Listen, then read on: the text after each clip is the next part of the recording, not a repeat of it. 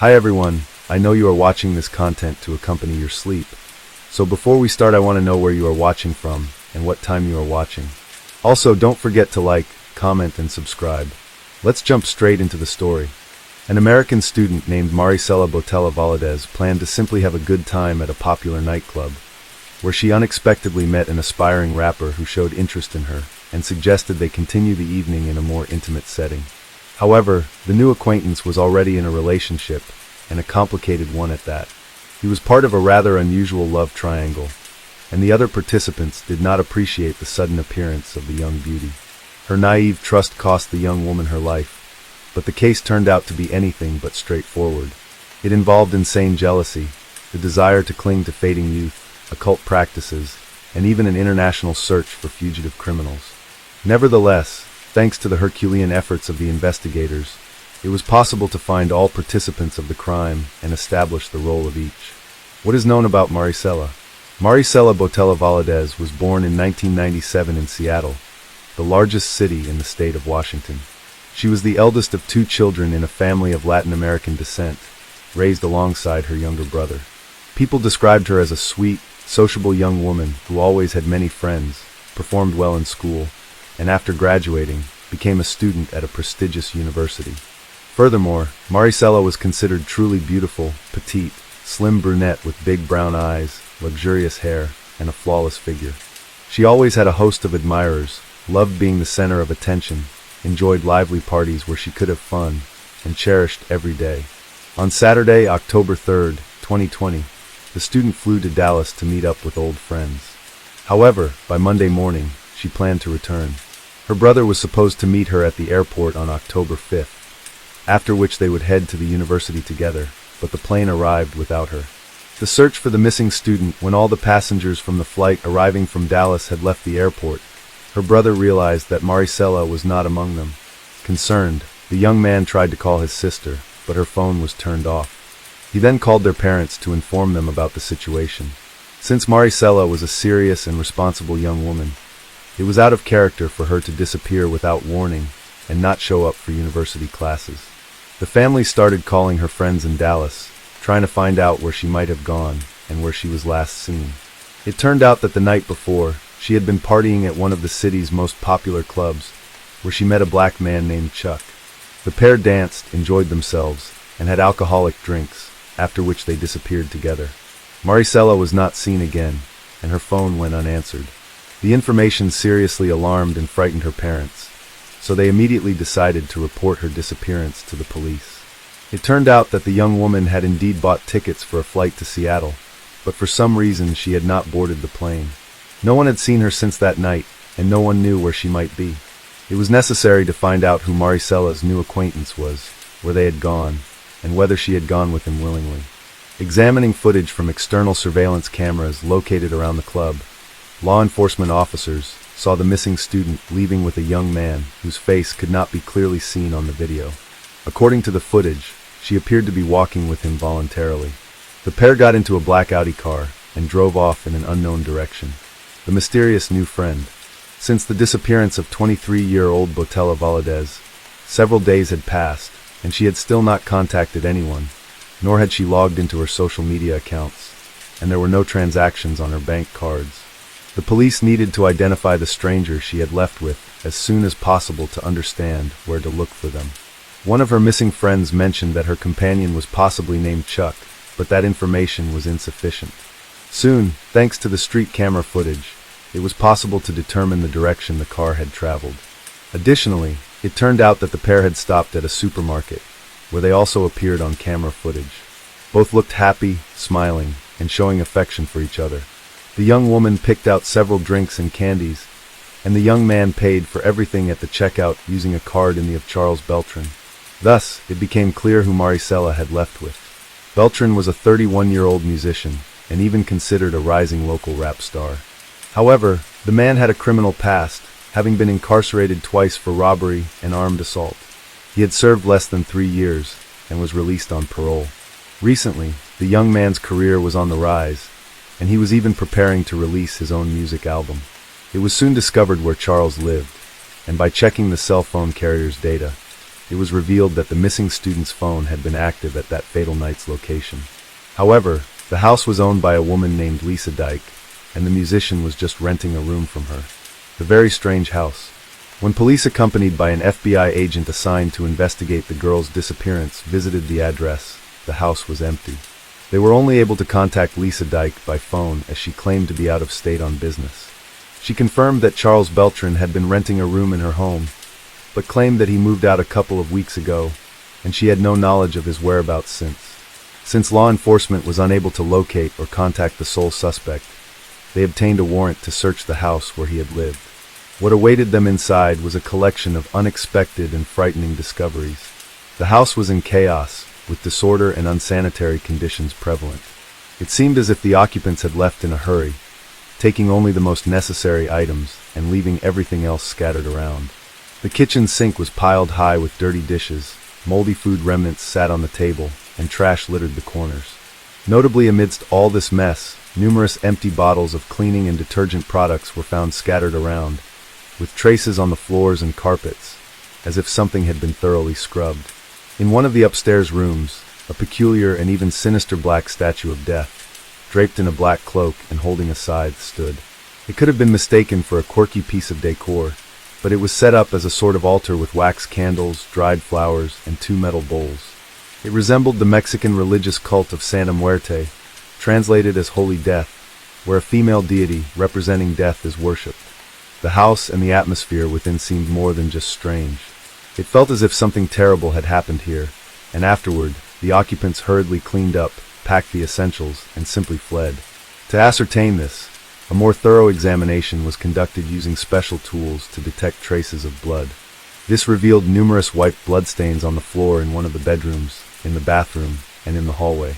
It was later discovered that the bedroom, where the carpet was practically soaked in blood, belonged to Charles, and it appeared that a violent crime had taken place there. But who was the victim?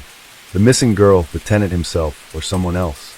Despite all attempts to clean the traces, the blood had soaked into the covering, seeped under the baseboards, stained the wallpaper and furniture.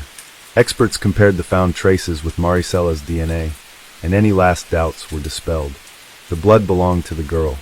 The house was sealed as a crime scene, but now the task was to find the main suspect, possible accomplices, and witnesses. This task was not easy. As it turned out, Charles had fled, and the owner, even before the police visit, had hastily put the house up for sale.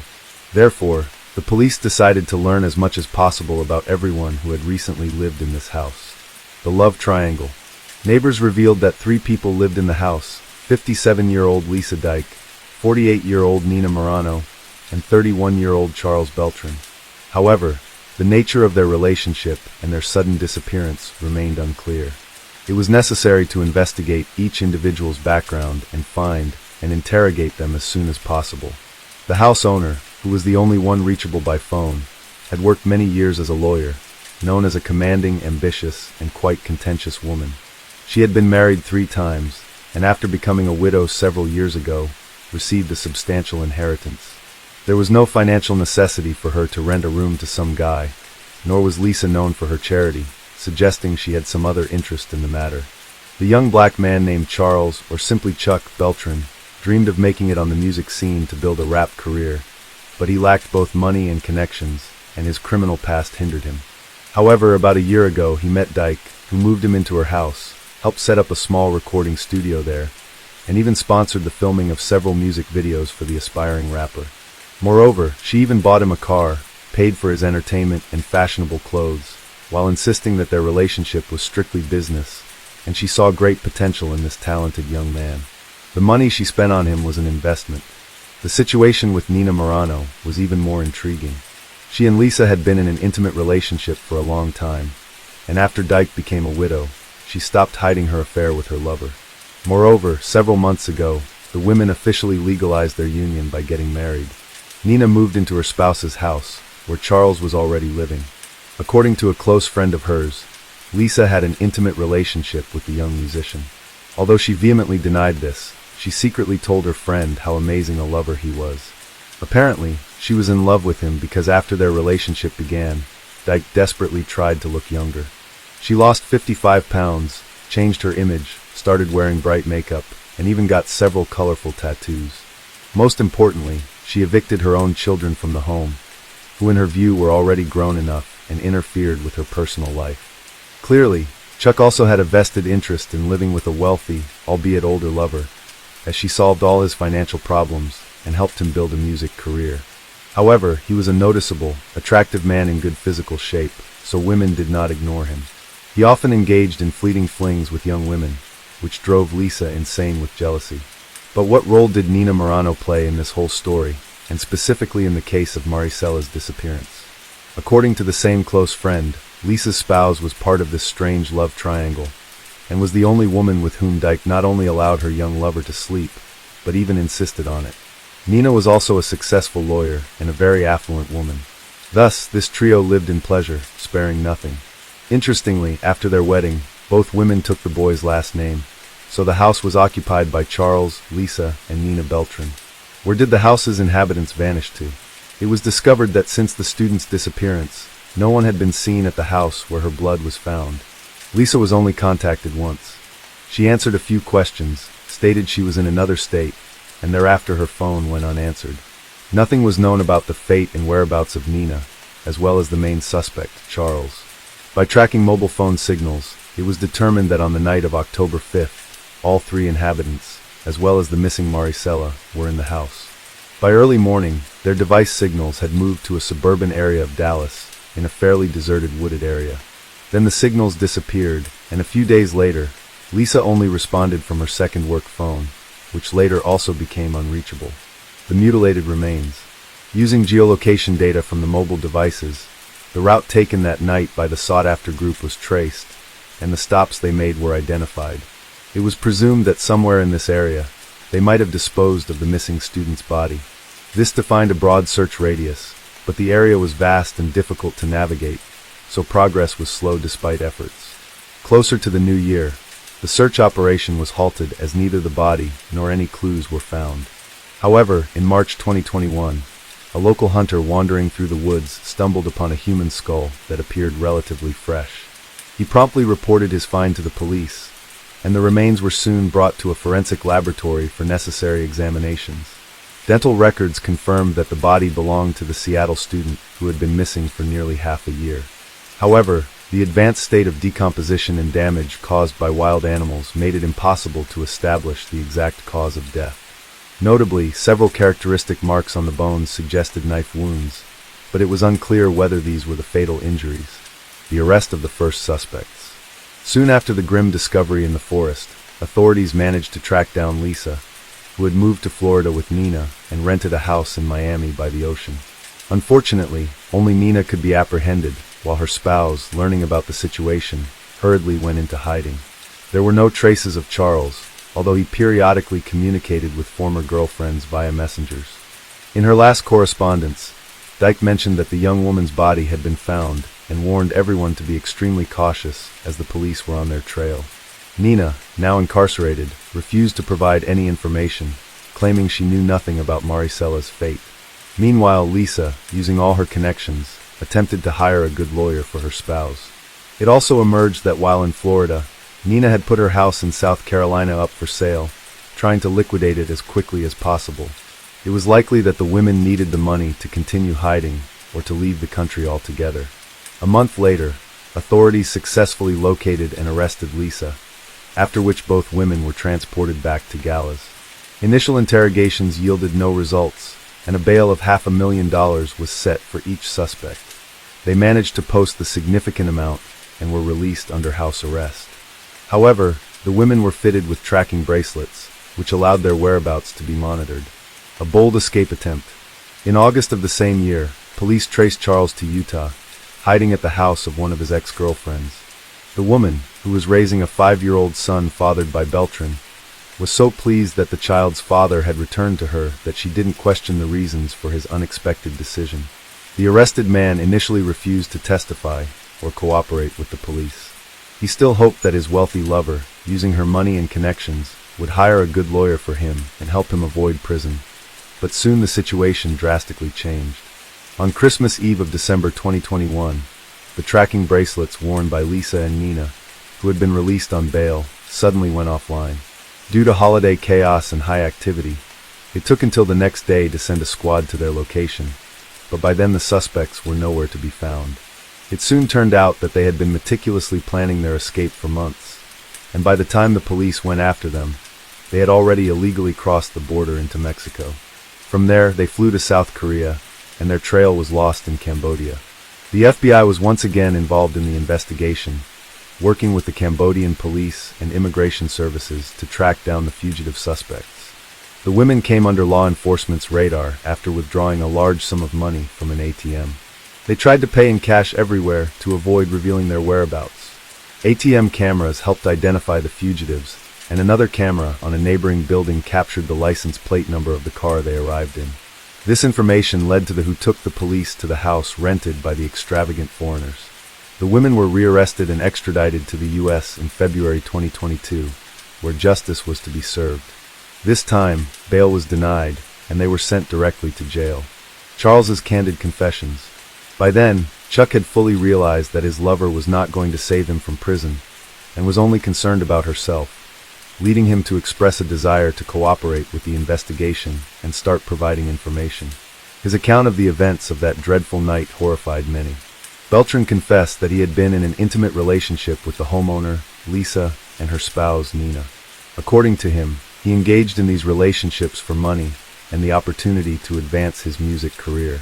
He harbored no warm feelings towards these women, and often indulged in affairs with young and attractive women, which he never hid. While Nina was indifferent to his actions, Lisa sometimes became wildly jealous. On the fateful night of October 5, 2020, Chuck met a young student named Maricela at a nightclub. The beautiful, slender girl immediately caught his attention, and it seemed he caught hers as well. After spending several hours drinking cocktails and dancing, he invited her over, and she agreed. When they arrived at his place late at night, Nina and Lisa were already asleep, so Charles easily took the girl to his room. There, the couple engaged in intimate activities and later fell asleep. According to the suspect, in the middle of the night, Lisa entered his room, and seeing the young beauty asleep next to him, flew into a jealous rage. She went to the kitchen to grab a large knife, then returned and leaped onto Maricela, repeatedly striking her. Charles claimed he was awakened by the noise and was disoriented at first, still somewhat intoxicated. When he finally turned on the light, he was confronted with a horrific scene. Maricela's body had slid to the floor next to the bed, where she had bled out. At that moment, Nina entered the room. They just stood there for a few minutes, and nobody attempted to help the victim.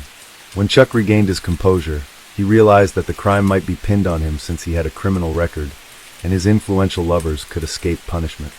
That's why, he said, he agreed to help dispose of the body and cover up the crime. Charles stayed with friends for several days, and when he returned to collect his belongings, he noticed that the bloodstains on the floor and carpet had nearly disappeared. Lisa told him that she and Nina had taken care of everything and destroyed the evidence of the crime. Nevertheless, all three decided it was best to leave town for a while and watch from afar what would happen next. Lisa Dyke Beltran's version. Lisa's lawyer insisted that his client had no motive to attack the girl and take her life. She claimed that her relationship with Chuck was strictly business, and she viewed his promising music career as a good investment. Who he slept with or flirted with never concerned her. As a key argument, the defender pointed out that Dyke had recently entered into marriage and was happy with Moran. However, no one could explain why, after their wedding, the women suddenly decided to take the surname of the young lodger, who, according to them, meant nothing to them. At the trial, Lisa claimed that Charles was hot-tempered and very cruel, and when drunk, he became a beast whom she feared. According to her, that night he brought a new girl from the club, but after they became intimate, an argument erupted and Chuck, in a fit of rage, grabbed a knife. She and Nina ran to the noise and tried to separate the couple, but it was too late. Marcella was dead. They helped dispose of the body and clean up the scene under the threat of becoming his next victims. Witness testimonies. Lisa's friend, who testified in court, claimed that Lisa was literally obsessed with Chuck and had repeatedly confessed to her an uncontrollable desire to eliminate any girl who got close to her young lover. Clearly, she was unable to manage her emotions that night. Additionally, the witness mentioned the odd statue of Santa Muerte at her friend's house. She recalled being surprised by the improvised altar during a visit, but the homeowner jokingly claimed she was into black magic and knew how to cast a spell to ensure a man could only have eyes for her. However, it seems the ritual failed, and the woman resorted to using a knife. Another witness, a real estate agent approached by the women shortly after the incident, testified that they were eager to sell several properties they owned as quickly as possible. They also wanted to put their Dallas home on the market, but since it was the site of the alleged crime, they couldn't while the investigation was ongoing. The situation escalated when the remains of the missing girl were discovered, after which Lisa and Nina were ready to sell the property at half price just to get the money quickly. Trial and sentences. The court took into account Charles's full confession and his cooperation with the investigation. However, the situation for the fugitives worsened after their attempt to flee to another continent. In March 2023, Lisa Dyke Beltram was found guilty of the brutal crime against 23-year-old Maricela, concealing evidence and attempting to flee. She was sentenced to life imprisonment without the possibility of parole. As for Charles Beltram and Nina Moran, they fully admitted their guilt and agreed to cooperate with the investigation. They were only found guilty of concealing evidence. Nina was sentenced to 7 years in prison, but could be released in 3 years due to good behavior. Charles, previously convicted on multiple occasions, was sentenced to 12 years in prison, with the possibility of parole after serving 8 years. Milford is a charming coastal city located in Connecticut, United States. Situated on the Long Island Sound, it offers picturesque views and a vibrant community. Covering an area of just over 25 square miles, it has a population of over 50,000 people. Known for its beautiful beaches, Milford attracts visitors and residents alike who appreciate its scenic landscapes and waterfront activities.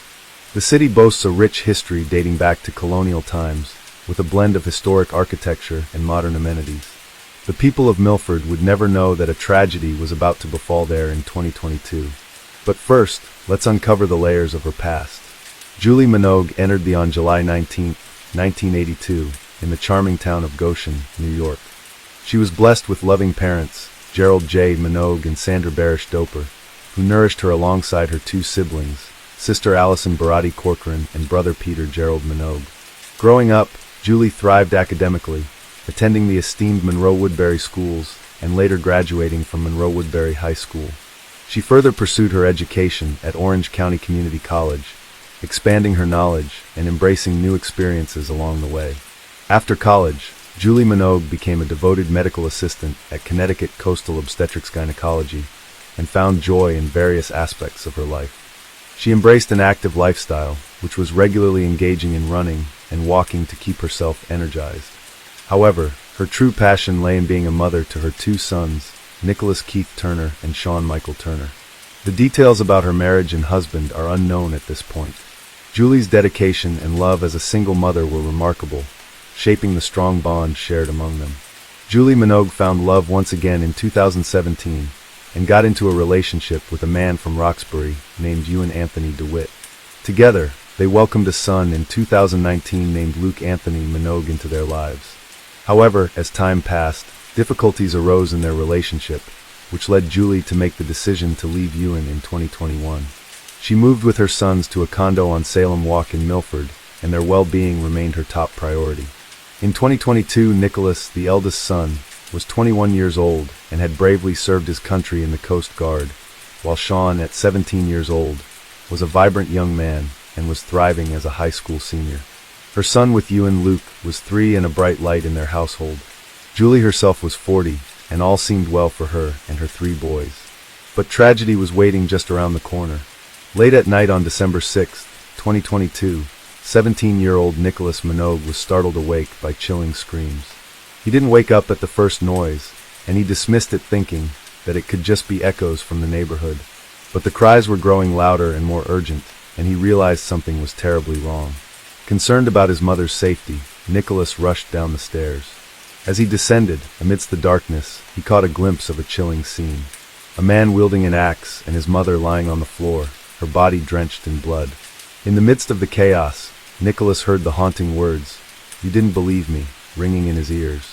In a panic, the teenager raced upstairs and swiftly locked the door, determined to keep himself safe. He dialed 911 and urgently reported the horrifying scene which had unfolded before him. Determined to provide an extra layer of protection, he quickly placed a sturdy chair behind the locked door. With his heart pounding, he opened his window, desperately reaching out for help. Within minutes, police officers arrived and entered the house, but the teenager, gripped by fear, leapt out of the window. That's when he heard Milford PD's shouts and realized it was not the intruder. Eventually, the authorities found the courageous teen and ensured his safety. In a devastating discovery, the police entered the kitchen to find Julie Minogue lying in a pool of blood on the floor. Her face and skull had been injured by multiple deep cuts. A chilling sight awaited them as they spotted a large axe resting on the stove nearby, carrying evidence of horrific crime. Meanwhile, in the living room, Julie's young son Luke, who was 3 years old, sat on the couch, completely stunned and unresponsive. Not a tear nor a word escaped him, as if he was frozen in shock. The officers stayed by his side and offered him comfort and support until additional officers arrived at the scene. Following her tragic demise, Julie's body was carefully transported to the Connecticut office of the chief medical examiner for a thorough examination. After conducting a meticulous autopsy, the medical examiner determined the cause of her death to be the chopped wounds and blood impact injuries on the head, torso, and extremities. The detailed findings provided crucial evidence regarding the nature of the attack, shedding light on the tragic circumstances surrounding her untimely demise. As the police took custody of the axe found on the gas stove, they meticulously combed through every inch of the area as they were determined to uncover any potential evidence that could lead them closer to the perpetrator. Inside the house, they embarked on an extensive search, carefully examining each room for any clues that could shed light on the heinous crime. The commotion attracted the attention of concerned neighbors who gathered nearby. The atmosphere was tense as the community was eager to support the investigation in any way they could. Amidst the growing crowd, a helpful neighbor came forward with an unexpected piece of evidence: ring camera footage from outside his house at Long Meadow Complex. The police eagerly seized the opportunity, hoping that the footage might hold a crucial clue. As they watched the footage, they witnessed an unsettling sight: an individual walking with an axe in hand closely resembling the description provided by Nicholas. The discovery sent a wave of anticipation through the investigators as they realized they might have found a significant lead. The police began to look into who this man with the axe could be. That very day on December 6, 2022, a crucial breakthrough took place when a concerned woman called the police, recounting a chilling phone call from her son. In her trembling voice, she shared the shocking revelation that her son just called her and said that he killed his girlfriend. The urgency in her words spoke an immediate response from law enforcement. Determined to unravel the truth, they swiftly tracked down the woman and engaged her in conversation. It was then revealed that the man responsible for this ominous confession was none other than Ewan DeWitt, the 42-year-old man who was once in a relationship with Julie. With this vital information in hand, the police dialed Ewan's number, hoping to engage him in a crucial conversation. However, their efforts were met with resistance as Ewan abruptly hung up the call. So, it was important for the police to look into Ewan's history, which they believed could provide them vital information needed to proceed further. Born in the town of Roxbury in 1979, Ewan Anthony DeWitt possessed a diverse range of interests and pursuits. As a talented athlete, he pursued his passion for ice hockey and even reached the level of playing semi-professionally. Ewan's thirst for knowledge led him to obtain a bachelor's degree in history from Siena College, showcasing his intellectual curiosity. He was not a person who'd be satisfied from a single vocation, so he also embarked on the journey to become a firefighter. Additionally, Ewan also shared his expertise as a personal trainer. In 2006, Ewan was arrested in Connecticut for driving under the influence and traffic offenses. He pleaded guilty, resulting in a suspended prison sentence and probation. After this, Ewan DeWitt's journey took an inspiring turn when he joined the prestigious ranks of the U.S. Marine Corps in 2009, where he embarked on a path as a skilled weapons specialist and non-commissioned officer. He served his country for 5 years and attained the rank of Lance Corporal in 2011. In a remarkable photo from his time in the Marines, Lance Corporal Ewan DeWitt is seen in action as a machine gunner. The picture shows him courageously operating a powerful M250 caliber machine gun on a vehicle during an important defense of the amphibious task and force naval exercise. The event took place on December 3, 2011 aboard the USS Chima. With his leadership qualities and expertise, he assumed the role of a machine gun section leader in the esteemed 1st Reconnaissance Battalion. Ewan dedicated himself to his duties, serving multiple tours in Afghanistan, the Middle East, and other classified locations with his dedicated brothers. Ewan and his brother's inspiring story was captured in a 2015 article in the Register Citizen, highlighting their collective efforts to restore a piece of history. Ewan's life took a darker turn when he faced legal trouble.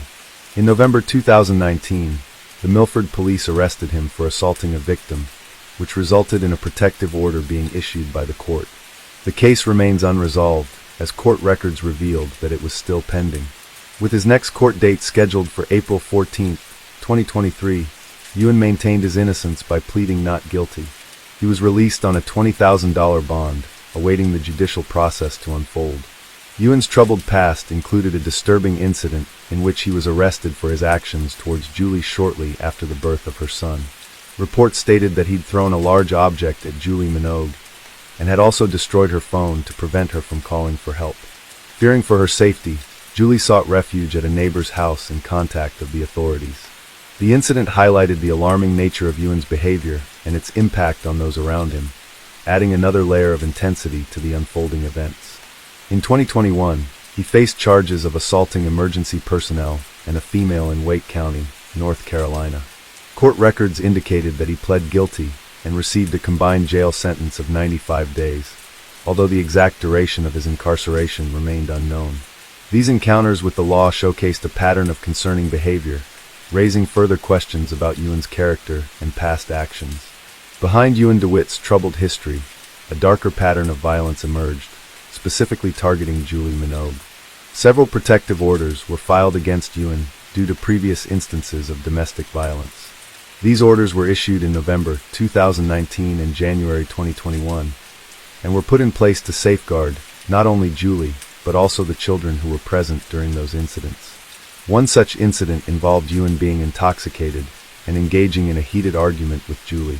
According to a statement provided by the victim's son, Ewan had thrown a playpen at Julie's head, which resulted in a distressing injury. While Ewan was in rehabilitation, Julie took steps to file a restraining order, seeking protection from his harmful actions. Despite this, Ewan was granted visitation rights, which left a lingering sense of unease and concern about the safety of those involved. In addition to their troubled relationship, Julie and Ewan DeWitt found themselves entangled in family court cases beginning in 2021. It all began when Julie filed a petition for child support for their son Luke in August 2021. In October 2021, a judge ruled in her favor and ordered Ewan to provide financial support. As tensions continued to escalate, Ewan took Julie to court in December 2021, seeking resolution regarding visitation rights.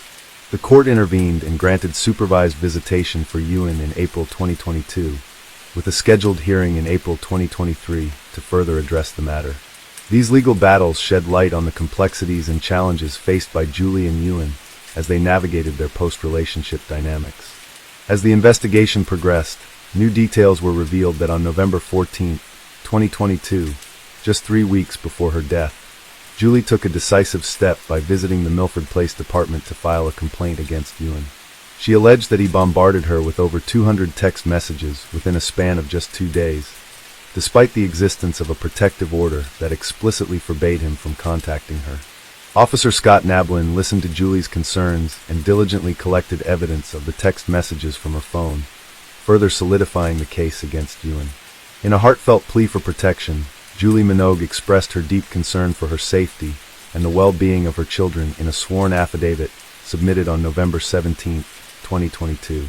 Determined to put an end to the ongoing abuse, she stated, "I don't believe I should endure this mistreatment any longer." Fearful of the consequences, she detailed the relentless harassment she faced. Julie Minogue also wrote in the document that Ewan has got himself into a lot of trouble with drugs and alcohol, and I'm scared he's going to kill me. Officer Nablin, resolute in his pursuit of justice, meticulously crafted an arrest warrant alleging Ewan's violation of the protective order. The document, filled with crucial details, was reviewed by supervisor, ensuring its accuracy and validity. They made sure that the arrest warrant application contained the requisite probable cause to support the charge that the text messages sent by Ewan DeWitt violated the modified protective order that was issued on January 15, 2021. On November 21, 2022, the court reopened the warrant application and made its way to the Milford State's Attorney's Office. However, the story took an unexpected turn as the Assistant State's Attorney, committed to thoroughness, sent the warrant application back to Officer Nablin and requested further information before proceeding. In this delicate dance between law and justice, every step forward demanded meticulous attention to detail. However, on December 1st, 2022, Julie Minogue successfully obtained a civil restraining order from a judge. In the hearing, which lasted about an hour, Julie presented evidence of the text messages Ewan struggles with substance abuse, mental health issues, and a history of violence. She expressed concern for Ewan's well-being, describing his bipolar rage and erratic behavior, and emphasized the importance of him receiving proper treatment and therapy. Julie firmly believed that Ewan should not be allowed around anyone until he'd received the necessary help and support. Recognizing the imminent danger she faced, a no-contact restraining order was swiftly issued on December 1st, 2022, providing a legal shield against any further interaction with Ewan. But this order took a darker turn when, 5 days later, Ewan killed Julie with an axe in her condo. Now, all the evidence indicated that Ewan was the main focus of the investigation, and the search for him intensified as the police tirelessly canvassed the area around the Salem Walk condominium, leaving no stone unturned. Their efforts led them to a dive bar on Ocean Avenue in West Haven, where they sought the assistance of the local community. They approached patrons, informing them about the ongoing investigation and urging them to notify the authorities if they spotted Ewan to it. It was during this concerted effort that two observant individuals caught sight of a person who matched the suspect's description. Eager to aid the investigation, they immediately flagged down the police, providing crucial information about the suspect's whereabouts. Engaging with one of the witnesses, who preferred to remain anonymous, the police learned that the individual had witnessed someone resembling the suspect wandering around the parking lot for a brief period. Eventually, the suspect entered a food truck located in the parking lot. Acting swiftly, the police converged on the scene. Without incident, they apprehended Ewan DeWitt on December 6, 2022, bringing him into custody and moving one step closer to uncovering the truth. The police initiated a rigorous interrogation of Ewan about the early hours of December 6, 2022. Initially, Ewan maintained a stoic silence, withholding vital information. However, after hours of intense questioning, a breakthrough occurred. Ewan finally confessed to the gruesome act of taking Julie's life with an axe. He revealed that he'd silently entered the house through the kitchen window, concealing himself in anticipation of his victim's arrival. When Julie eventually entered the kitchen, he launched an attack, wielding the axe with deadly intent. It was during this horrifying moment that Nicholas, Julie's son, descended the stairs and confronted the scene. Overwhelmed with fear, Ewan fled, leaving the axe behind on the gas stove. Ewan's admission sent shockwaves through the investigation, bringing forth a chilling account of the tragic events that unfolded that night. During Ewan's initial court appearance in State Superior Court in Milford on December 7, 2022, Assistant State Attorney Alana Paul informed the judge about new developments in the case. She revealed that Ewan had fully admitted to the incident. But even without that admission, she believed the evidence against him was substantial. Attorney Paul highlighted the presence of surveillance footage and the testimony of Julie's son, who had observed part of the incident. Given the seriousness of the case, Paul argued that a significant bond was necessary. Emphasizing the gravity of the situation, Judge Arden Groggins set his bond at $5 million. The judge expressed concerns about Ewan's history of disregarding court orders and emphasized the importance of public safety. In light of the circumstances, Ewan was placed on suicide watch, with a hearing scheduled for December 14, 2022, to further address the case. Finally, it was the day of the final decision. On December 14, 2022, in addition to the murder charge, Ewan DeWitt faced multiple other charges brought forth by the Milford police. These included criminal violation of a protective order, criminal violation of a restraining order, risk of injury to a minor, and reckless endangerment. By levying these charges, law enforcement sought to address the broader scope of Ewan's alleged actions and their impact. A hearing was scheduled for Ewan DeWitt's pending criminal cases on April 6, 2023. He has yet to plead. Prosecutors stated that Ewan already confessed to the murder of Julie Minogue. However, no further information has been released by the police about the hearing. In the statement, the family expressed their determination to take action and ensure that those who neglected their responsibilities are held accountable. They also expressed their hope that this case would serve as a catalyst for improved protections for individuals facing domestic violence and abuse. With their unwavering commitment, the family aims to bring about positive changes and prevent such tragic incidents from occurring in the future. This case involved a combination of diligent efforts by law enforcement and the heinous acts of a killer who killed his ex-girlfriend in a rage of anger. Tess Ritchie was born on November 30th, 1994. The youngest in a family of 5 girls, Ritchie was raised in North Bay before moving to Toronto at 19. One of her sisters, Verena Ritchie, said Tess loved her life, her dogs, and her family. Tess had served tables in the city, but her dream was to land a job as a flight attendant and see the world.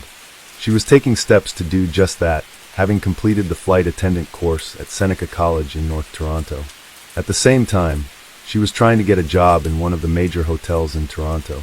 Unfortunately, Tess couldn't find a job to her liking. Her family financially supported her and never refused money when she asked for help. Some Canadian sources also say that when Tess didn't get a job at an airline or a hotel, she started learning Italian and searching for au pair jobs in Italy through the internet. Tess also had her own YouTube channel. The last video she published there was on February 23, 2014, almost 4 years before the events we'll discuss today. Tess talked about her experiences and the difficulties she had to face. Let's listen to some excerpts from this video. Unfortunately, a few years after recording this video, Tess again faced problems in her personal life. That fall, heartache destroyed her life. On November 23, 2017, Tess went through an emotional breakup with her boyfriend Julian. The next day she turned to her older sister, Rachel, who was 8 years older than her. The two were close. "She was my soulmate," Rachel said. On November 24th, Tess spent most of the day at Rachel's house in Toronto. They talked about the breakup, went shopping, and visited a dog park. That evening, Rachel cooked some food. However, she had to persuade her sister to eat, as she had no appetite due to stress. Despite this, Tess made plans for the night. She decided to meet an old-school friend named Riley Samar. Like Ritchie, Samar was from North Bay. She had moved to Toronto in the summer of 2017. The two hadn't seen each other in years, but now that they were both living in the same city, they had started talking again. Samar suggested they go to Cruise and Tango's, a well-known drag bar in the Church and Wellesley area. That evening, Rachel's partner ordered Ritchie an Uber, so she could meet Samar downtown. Rachel Ritchie recalled seeing her sister running down the front path to the Uber. That fleeting glimpse was the last time she would see her alive. Ritchie arrived at Cruise and Tango's around midnight. Samar wasn't there yet. The club was full of people. Tess texted her sister to tell her she reached the place safely. It was commonplace. Ritchie's phone was her second best friend, her sister said. The following morning, Rachel Ritchie sent her younger sister a text message. She didn't expect to hear back immediately, considering Tess had been out the night before. By 6:30 p.m., Rachel still hadn't heard from her. Soon after, she noticed that none of her texts had reached Tess. Rachel tried calling, but all the calls went straight to voicemail. Her mother, Christine Hermiston, also tried to contact Tess, but her phone was off. Christine received a message saying that Tess had ordered an Uber at 4:02 a.m. However, soon after she canceled it. When registering an Uber account, Tess indicated her mom's credit card. Hence, Christine received a message every time her daughter used a taxi. Tess always kept in touch with her family. So when her phone did not turn on during the day, they began to suspect something could have happened to her. She usually had her phone on at all times. Rachel asked her partner to check her sister's apartment in Scarborough. At the same time, she started contacting her friends. It was about 9 p.m. on Saturday. Tess was still missing. Her family had a bad feeling about all this. Rachel started calling hospitals and also contacted the police. By the evening of the following day, the police had no news for Tess' family. Several officers tried to find out where Tess Ritchie might be, but no one had seen or heard from her in the last 2 days. On Monday, Tess' mother Christine and one of her sisters traveled from North Bay to Toronto to participate in the search. They were putting up and handing out flyers with Tess' picture, hoping someone might have seen her. The family did everything in their power. As for the police, they unfortunately did not show their best side when investigating the disappearance of Tess, but we'll talk about this a little later. At the same time, it turned out that Tess' friend Riley, with whom they visited the bar together, returned home safely after that night.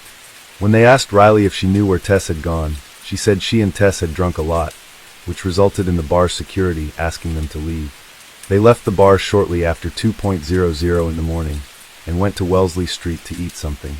On the way there, they met a guy who eventually went with them. Riley couldn't remember his name. On Wellesley Street, they ordered hot dogs. Tess wanted a vegetarian hot dog, which ended in a conflict with the seller. Tess believed they gave her a hot dog with meat. Riley admitted that her friend took mustard and sprayed the vendor cart with it, after which she, Tess, and the guy with them had to run to Dundonald Street. While there, they saw a woman on the house porch and started talking with her. Her name was Michelle Teep. Their conversation lasted about 20 minutes. Tess told Michelle that she had recently broken up with her boyfriend and shared how hard it was for her. Michelle tried to support Tess. Moreover, they even exchanged phone numbers. Teep said Richie seemed like someone trying to have a good time, but when she looked into her eyes, she saw sadness. The breakup with Julian appeared to be weighing her down. I told her everything does get better, and just to hang in there, Teep said. At 4 a.m., Riley received a text from her boyfriend asking her to come home. She said goodbye to Tess and walked towards Yonge Street and then home. Tess was disappointed that Riley had left her. At 4:02 a.m., she ordered an Uber. Thus, one can assume that after her friend left her, Tess decided to go home too. The driver arrived at 4:14 a.m., but Tess wasn't there. On Wednesday, November 29th, just one day before Tess's 23rd birthday, Christine again distributed flyers with her daughter's picture in the area where people last saw her. Knowing that Riley had parted with Tess on Dundonald Street, Christine decided to explore this area. She turned to Embrazo, a nurse who worked at St. Michael's Hospital, as their daughters had been friends since elementary school in North Bay. Together, they set out to find Richie amid a growing search effort and social media push to locate her. That's when Brazeau made a haunting discovery. Peering into the bottom of an outdoor stairwell in a construction site at 582 Church Street, Brazeau immediately recognized Richie's body lying on the concrete. In 2017, this building was under reconstruction and partially fenced. It looked like this. I went into complete shock, horror, disbelief. I couldn't process or make sense of what I was seeing, Brazeau said through tears. I was terrified. Dust from a nearby gravel pile lay like soot on her body. Brazeau let go of the staircase railing and walked backward down the gravel driveway toward Church Street. Hermiston was farther up the sidewalk by that point, unaware that her daughter's body was so close by. Brazeau began to call out to her. "Christine, come back here," she said. "There's a girl in the stairwell. You've got to come back." Hermiston turned, raced down the driveway, and stopped dead at the stairwell. After a few moments, she started screaming and asking God for help. Tessa's death became a heartbreaking challenge for her whole family. They found her body just 300 yards from the bar where she spent time before she disappeared, and just 20 yards from where her friend Riley last saw her. It raised a lot of questions about the work of the police. After all, her body was a couple of blocks from the bar all this time. However, after Anne and Christine found Tessa's body, an anonymous police source provided the press with new information. Allegedly, Tess advertised her intimate services via the internet and worked in a strip club. The grieving mother said Toronto police didn't do enough to search for Richie because they assumed she was an escort. It was horrifying to read that. Hermiston replied angrily at what police sources told the media after her body's discovery. She was not making a living in the sex trade industry. It's a blatant lie. They leaked that so it would look like she lived a high-risk life and was in a laneway with somebody, and it wasn't their fault. Although Tess did work as a waitress at a strip club, she quit less than 2 weeks after they hired her. As for intimate services advertisement, it was just an account on a dating site. Even though they had found Richie's body, there was no explanation for what happened to her. Police did not initially suspect foul play, but the homicide unit eventually took over the case after an autopsy revealed she had died of neck compression. Moreover, they found seminal fluid on the girl's clothes and saliva on her bra. After some tests, they found traces of male DNA. Thus, the police finally started searching for a suspect. Considering Riley's testimony, the detectives were trying to figure out the identity of the guy the girls met that night. After all, he was the person Tess stayed with after Riley went home. The police turned to CCTV footage to learn more about that night. This video shows Tess and Riley leaving the bar and going towards the hot dog vendor's cart. There were also CCTV cameras on the building close to where Brazeau found the body. After analyzing the recordings, the police saw Tess and her new acquaintance walking hand in hand up the gravel driveway. According to the information voiced by the police, the camera captured Tess and this unknown man at 4:14 a.m. The following recording, taken 46 minutes later, shows the guy leaving the place alone. Tess never appeared in the footage again. Therefore, the police believe this man was the main suspect in the Tess Ritchie case. On December 10th, during a press conference, the Toronto police published pictures of this man taken with the help of a video surveillance system. They hoped someone would recognize him.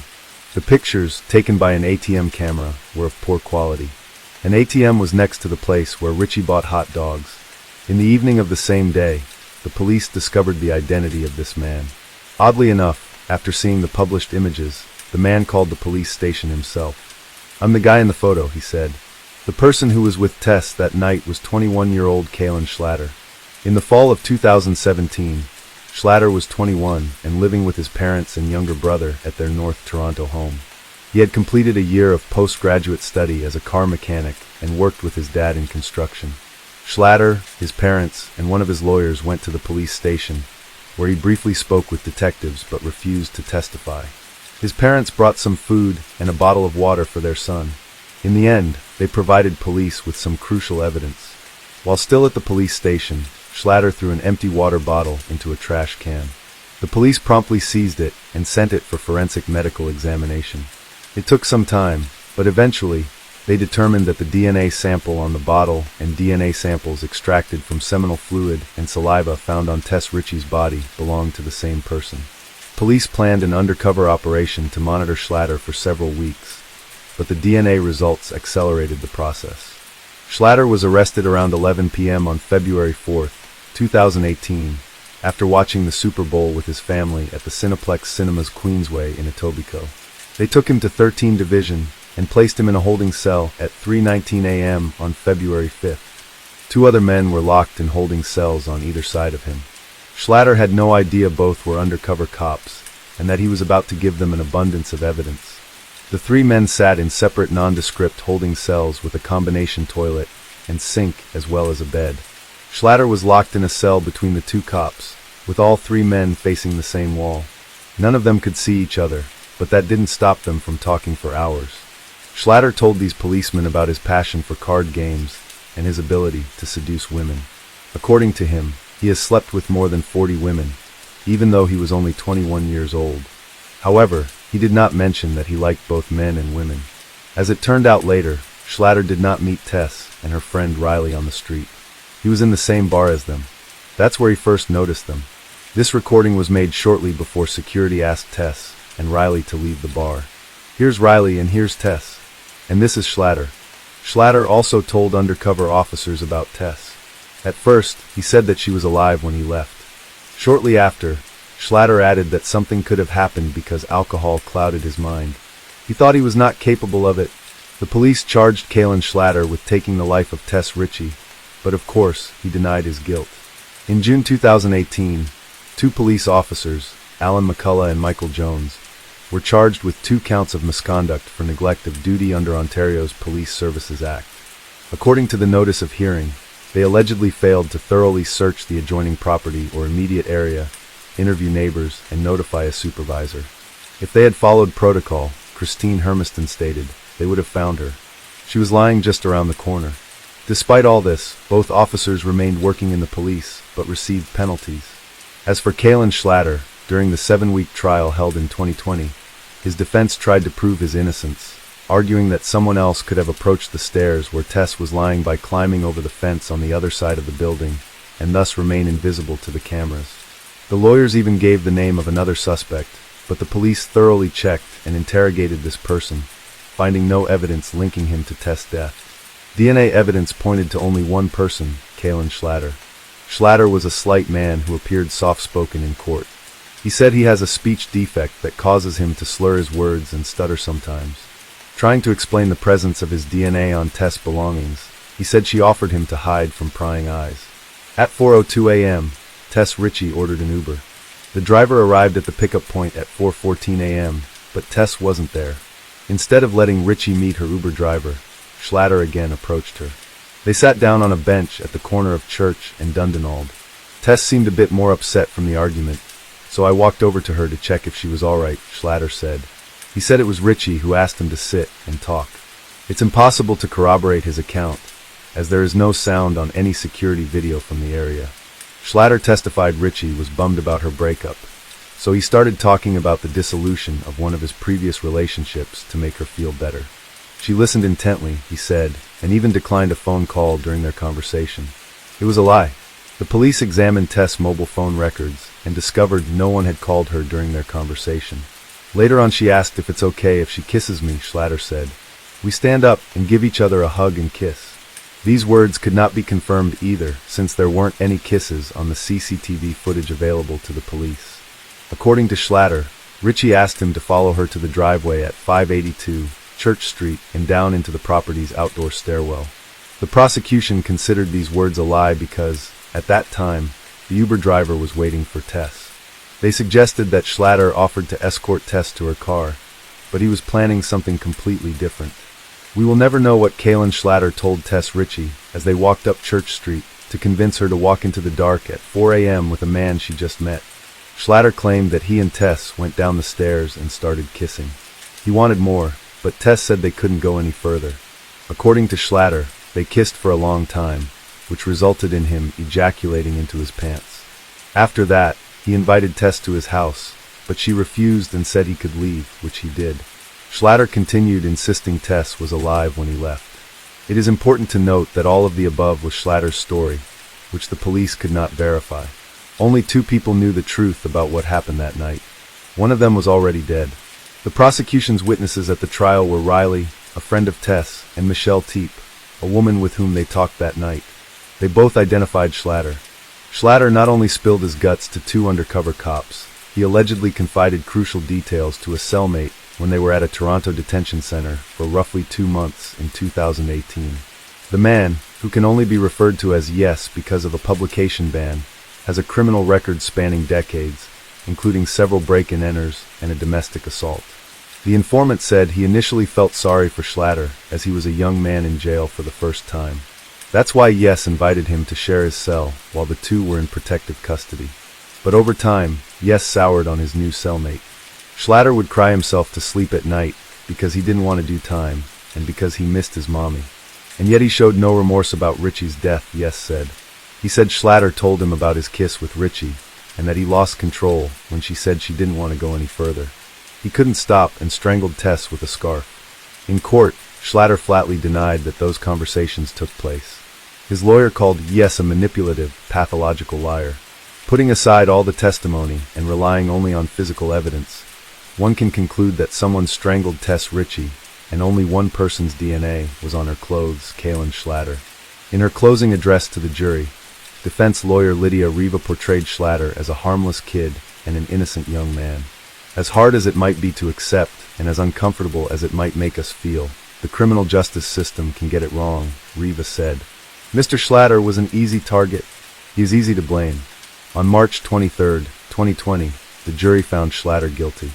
The judge sentenced him to life imprisonment with the right to request parole after 25 years. The trial was heartbreaking for Richie's mother, sisters, and other supporters who were at times reeling and crying in the courtroom. While they now have some of the answers they craved for so long, their lives are forever changed. Evil not only took Tess that night, it sentenced her surviving family to a cruel and painful future while robbing the world of so much love and potential, said Richie's sister Verena. Tess was the heart of my family, and we will forever be incomplete. In June 2020, Tess Richie's family sued Schlatter, the police, and others because of the psychological devastation they experienced after Tess's death. Do I want to just go in the house and hide and let it go? Absolutely. But can I? Absolutely not. I can't because I can't get it out of my head that they let her lay there for 4 days, said Christine Hermiston. That image is seared in her mind forever, Hermiston said, adding that she should not have needed to travel from her home in North Bay, Ontario to Toronto to do the job of the police. Tess was the glue of the family, and her death has torn everyone apart, her mother said. We have trouble looking at each other. We feel like we all let Tess down. We feel a lot of guilt, and that's why we're continuing to fight on behalf of Tess, because we're not going to let her down again. They are seeking a total of $20 million in damages, including punitive damages.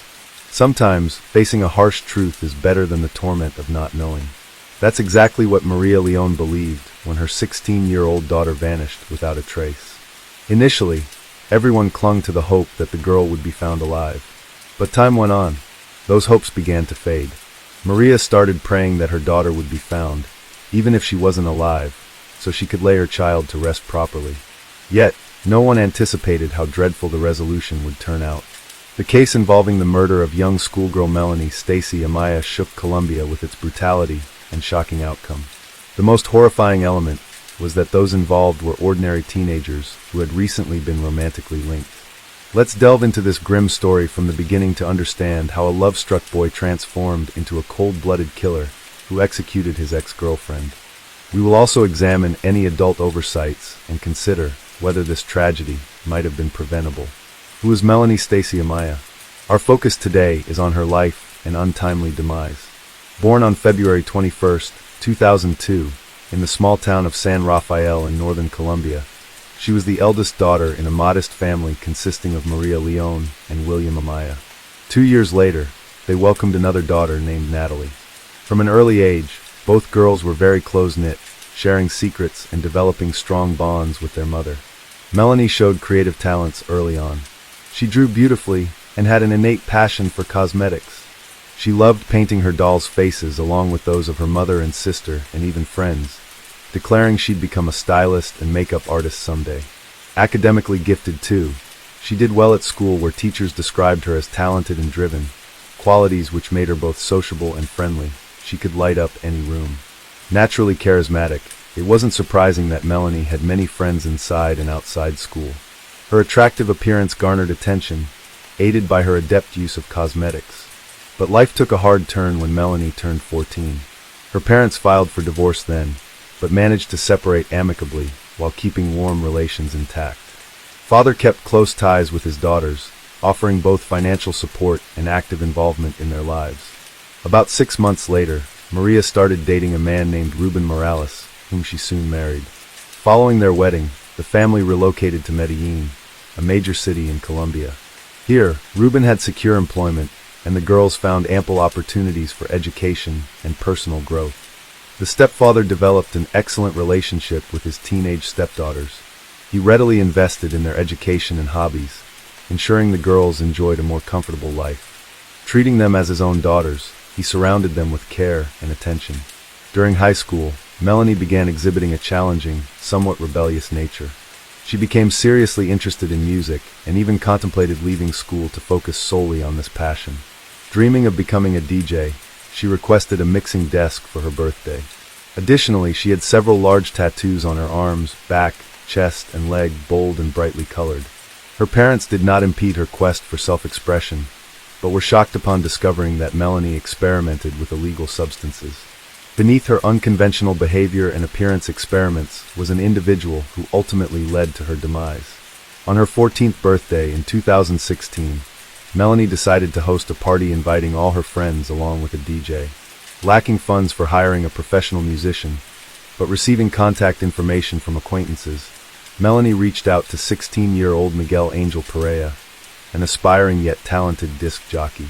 After some deliberation, the birthday girl decided to call him. Miguel proved exceptionally talented and possessed notable charisma. He captivated young Melanie completely. Then, after celebrating her birthday, they continued communicating. Within weeks, teenagers were frequently seen together strolling through parks or around the city streets. Melanie introduced him as her boyfriend. They quickly became inseparable while displaying mutual affection, holding hands tenderly, demonstrating their feelings openly wherever they went. Miguel came from quite modest, or rather poor means, but treated his young girlfriend respectfully and admirably. Captivated by both respect, genuinely almost instantly charming when meeting, introducing himself warmly towards parents, earning acceptance, fostering no interference, supporting relation. Over time, he increasingly spent more time at the residence tied to his passport, integrating into the family dynamic. Miguel once confided in the girl's parents about difficulties at home. His mother disapproved of his involvement in music lessons, leading to a conflict that ended with him being physically harmed and subsequently evicted from his home. Maria offered him shelter temporarily until things could stabilize, not realizing the potential implications of introducing a disruptive influence into their family environment. Consequently, Melanie and Miguel began cohabitating. Initially, they experienced a harmonious period lasting 6 months, during which both teenagers appeared elated by their newfound togetherness. However, as time progressed, Miguel revealed aspects of his character that had an adverse impact on Melanie. Her academic performance deteriorated noticeably. Her behavior and appearance became increasingly provocative. Additionally, she started adorning herself with tattoos and expressed intentions to abandon school. With time, disagreements between the couple became frequent. While they initially attempted to resolve these conflicts outside the family home, such disputes eventually occurred openly within it. A significant concern for Maria arose upon discovering that her eldest daughter was involved in illegal substance use supplied by Miguel. In response to this revelation, Maria initiated a serious conversation with Melanie, who admitted tearfully to limited experimentation with drugs and promised never to engage in such behavior again. Despite deciding it was best for Miguel to leave due to his negative influence on their daughter, Melanie intervened on his behalf, assuredly promising improved conduct for both herself and Miguel moving forward. Reluctantly acquiescing after some deliberation proved to be another misstep for Maria and Ruben, as troubling signs soon emerged. Unexplained bruises on their daughter's body were evident, but consistently attributed by Melanie either sports activities or clumsiness rather than implicating her boyfriend's actions. 6 months later, a significant incident occurred. During a heated argument, Miguel assaulted the girl so severely that she needed medical attention. Maria wanted to file a police report for assault and bodily harm, but Melanie discouraged her, stating she would deny everything and refuse to accuse her partner. Melanie's parents tried to separate the couple and forbid them from living together. However, Melanie threatened to run away with him if their relationship was obstructed in any manner. This toxic relationship persisted for over 2 years until Melanie recognized it was detrimental to her well-being. In early May 2018, another intense quarrel erupted between the teenagers, escalating into physical violence. This time, Melanie took initiative and told Miguel their relationship was over. She demanded he pack his belongings and leave her home immediately, or she would contact the police about the abuse she endured. Miguel complied with her demands, but later asked for forgiveness. Despite this, he could not let go emotionally. Miguel began stalking Melanie, tracking her movements and monitoring whom she interacted with, and he regularly called and messaged her. His messages ranged from declarations of love and apologies to death threats. Concerned about this obsessive behavior, Ruben sought a restraining order against Miguel for the safety of his stepdaughter. Nevertheless, law enforcement dismissed his concerns, seeing no threat in what they perceived as teenage drama. Maria also reached out to the prosecutor's office, citing potential danger posed by Miguel. However, authorities did not take her seriously either. They assumed incorrectly that an 18-year-old young man wouldn't harm his ex-partner, a belief rooted in unfamiliarity with his true nature. Mysterious disappearance of a schoolgirl. Almost 2 months had passed since the couple's separation. Miguel seemed to have calmed down and was no longer looking for meetings with Melanie. The girl lived her old life. Her grades at school improved noticeably. She met with friends and practiced music. Her parents also no longer had reason to worry. They tried to the former boyfriend of their daughter from their memory and forget him like a bad dream. On June 28, 2018, Melanie was excited to attend a birthday party for her close friend. The event was scheduled to take place at one of the city's most popular nightclubs. To ensure she looked stunning, Melanie meticulously prepared herself by selecting an outfit, applying makeup, and styling her hair. Once she felt ready, she said goodbye to her mother and assured her she'd be back not too late before leaving in a waiting cab. Maria trusted her daughter's friends well enough not to worry excessively. However, the next morning brought concern when Maria realized that Melanie had not returned home. She attempted to contact Melanie, but discovered that her phone was turned off, a distressing sign. Despite this, Maria tried to stay calm by telling herself that teenagers might have simply lost track of time and that Melanie's phone battery could be dead. Around lunchtime, Maria called Isaac and was shocked to hear that Melanie never arrived at the party.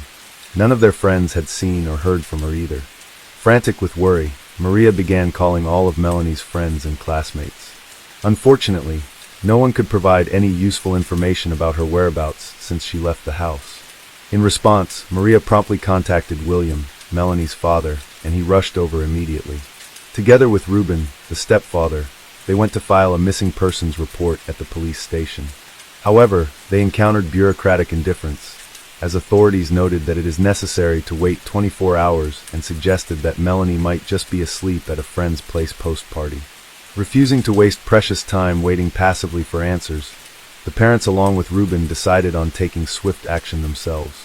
They mobilized relatives and friends in their search efforts by contacting all known acquaintances and visiting familiar places where she might have gone, while also distributing hundreds of flyers around the city, hoping for leads on Melanie's location. The next story we're sharing is about the Eerie Miller case. Bruce Miller was truly a kind man who carried the full weight of responsibility on his shoulders. He worked tirelessly, often without rest, to support his family, never holding back. His life was dedicated to making his wife happy. He was her supporter, her protector, and her source of stability. But in a cruel twist of fate, instead of being rewarded for his dedication and love, he became the victim of a ruthless crime. Bruce fell prey to the dark side of the internet. His feelings for Sherry grew after he hired her and helped raise 3 children with her. They eventually fell in love 2 years later, and this emotion completely consumed him. Bruce decided to adopt her children to create a united family and home for them all together. However, Sherry concealed her true intentions. While Bruce believed in their bright future together, she led a double life and deceived him. The computer Bruce bought for Sherry turned out to be more than just a gift. It became an instrument in her dreadful scheme. Instead of using it for business growth, she used it to plan his murder. Sherry came to realize that divorce wouldn't bring her desired wealth, and so she resorted to drastic measures by manipulating Bruce's feelings and using him as an instrument in her cruel plot. This case could be seen as one of its kind, a pioneering example where online interactions played a critical role in criminal activity. Perhaps this marked one of the first instances when internet communication became pivotal in legal proceedings. A fascinating development indeed. In today's era, such cases are increasingly common compared to times when the internet was nascent and people were unaware that everything they did online could be tracked or restored. Sherry, like many others at that time, had no idea that deleted messages could be recovered later on.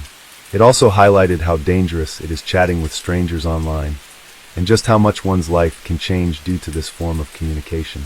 There are always individuals who find themselves unexpectedly at center stage, plunged into worlds full mysteries, intrigue, and Bruce surely counted among those people. A person whose story is packed with secrets. Unexpected turns. Born on July 26, 1951 in Flint, Michigan.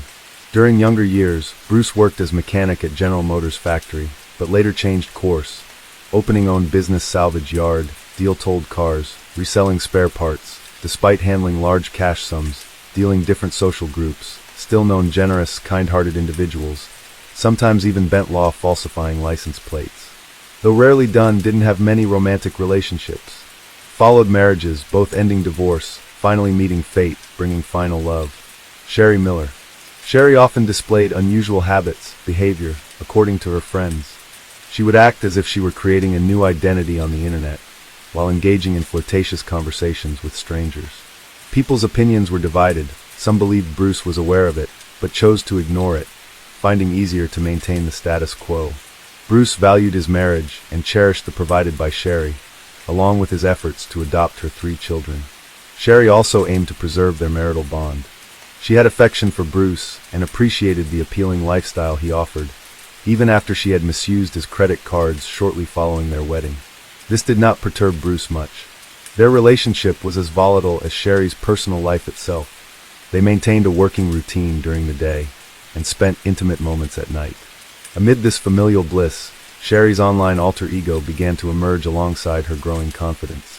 Her chat interactions became increasingly explicit, often focusing on sexual topics with various men under different aliases, such as Horny 24 to 21, Love Me Slowly, and I Want to Be Seduced.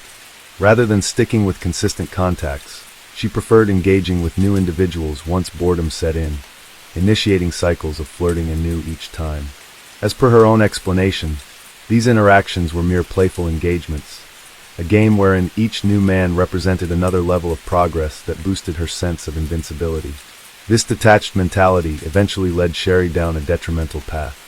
Amidst her frequent online activities, Sherry encountered Jerry Cassidy, a former police officer residing in Reno, Nevada, and they quickly developed romantic feelings for each other. It seemed Jerry held a special place for Sherry in contrast to previous online acquaintances. Eventually, they even renamed their accounts, Sherry adopting Jerry's fool, while Jerry took on Sherry's fool. Their digital exchanges encompassed everything from casual texting and flirting to sharing nude photographs and exchanging sexually suggestive messages and videos featuring explicit content involving Sherry herself. One must remember that all these exchanges took place back in 1999, when executing such actions involved significantly more complexity compared to today's technological advancements. Jerry was born on October 6, 1960, in Kansas City, Missouri. From a young age, he was passionate about hunting and harbored of joining the FBI. He planned to achieve this by starting with the Montana police. Sherry served as a detective in the homicide department for 9 years, eventually rising to the rank of lieutenant. However, by the end of his tenure, things took a troubling turn. While investigating one case, Sherry uncovered several fraudulent documents within the department. It was clearly an inside job. Acting responsibly, he reported these findings to his superior. Unfortunately, word got out among his colleagues. They branded him a snitch and ostracized him, jeopardizing his career. The situation escalated until it became evident that he was no longer welcome there. After being demoted, Jerry chose to resign from his position in 1994. This had a profoundly negative impact on him. Consequently, he began struggling with alcohol and substance addiction, while also battling depression. Not long after these events unfolded, Sherry's wife divorced him. This divorce further affected him, as it resulted in losing visitation rights with their son. Despite these setbacks, Sherry managed to reclaim some stability by taking up employment as a security officer at Harrah's Kansas City Hotel and Casino. In 1999, he relocated to Reno and found work at another casino there. During this period, Jerry met Sherry through an online platform and soon transitioned their relationship into real-life interactions. Rather than viewing the relationship as a passionate affair, Sherry started to exploit Jerry. Her influence over him became evident to those who knew him well. He observed that Jerry seemed to exhibit symptoms akin to bipolar disorder. He was highly enthusiastic when Sherry was around and deeply despondent in her absence. It wasn't long before Sherry began her deceitful manipulations. In September, she falsely declared that she was pregnant with Jerry's child. Shortly after, she claimed that she had miscarried due to Bruce allegedly beating her, though this was entirely untrue. Bruce in reality was a diligent family man, and not the dangerous individual Sherry depicted him as. Jerry, unaware of the truth, became exceedingly angry. Losing his supposed unborn child and believing Sherry was subjected to violence were unbearable for him, a lot for anyone. Concurrently, Sherry dissuaded Jerry from confronting Bruce by claiming Bruce had significant influential connections and substantial wealth that would ensure they faced retribution if they acted against him. Just 1 month later, Sherry fabricated another story about being pregnant with twins. One crucial detail is that in 1995, Sherry underwent a tubal ligation procedure, which rendered her unable to conceive, but she never disclosed this information to Jerry. This shocking disclosure underscores the extent of deception involved in their relationship. On November 5, 1999, Jerry received a disturbing email that was purportedly from Bruce. The message stated that Sherry was gaining weight due to the 2 unborn children she was carrying and expressed her desire for an abortion to lose the extra pounds. Jerry, filled with anxiety, attempted to reach out to Sherry, but could only manage a brief text conversation in which she mentioned needing to leave for a few days. The following day brought another message, supposedly from Bruce. This time it informed Jerry that Sherry would be returning home soon, and implied that the abortion had been completed successfully. However, it also indicated that Sherry would no longer be able to conceive. Enclosed in this communication was a staged photograph showing Sherry covered in bruises. Jerry experienced overwhelming rage. He contacted Sherry the next day, and they concluded that the only solution was to eliminate Bruce. They meticulously planned their approach, routes, a parking spot, and the best location and time for executing their plan at the yard. Driven by his mounting anger, Jerry departed from his home towards Michigan that same evening. As Bruce prepared to leave work later, he received a call from Sherry asking him if he could pick up pizza on his way back, a distraction integral to their plot.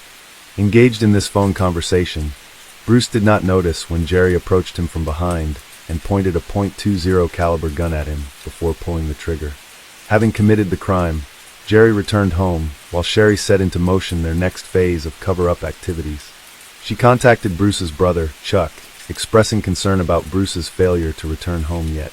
Subsequently, alarmed by her worry, which she feigned, Chuck and his wife rushed over to investigate at the yard, where they discovered Bruce's body with horror before dialing authorities.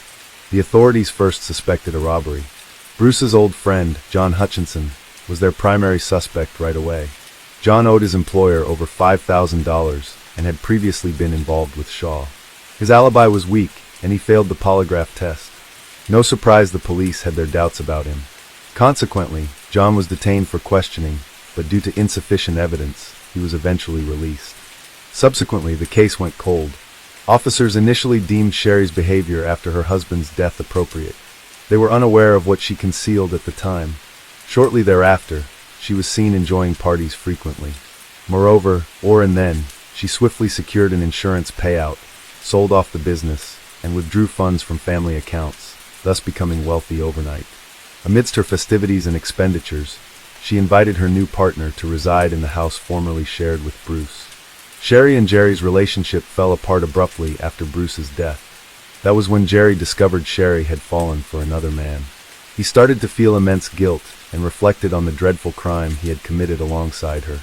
Having worked for the police for many years, Jerry quickly discerned that he was merely a pawn in Sherry's scheme. She manipulated his emotions to eliminate her husband. It dawned on him that Bruce was truly an innocent man. None of the accusations Sherry had fabricated involved abuse, affiliations, beatings, or children. Even the pictures presented as evidence were dated 1994. 3 months later, on February 11th, Jerry Cassidy chose to end his life. He was found alone in the apartment he rented from his cousin, with a .22 caliber rifle beside him.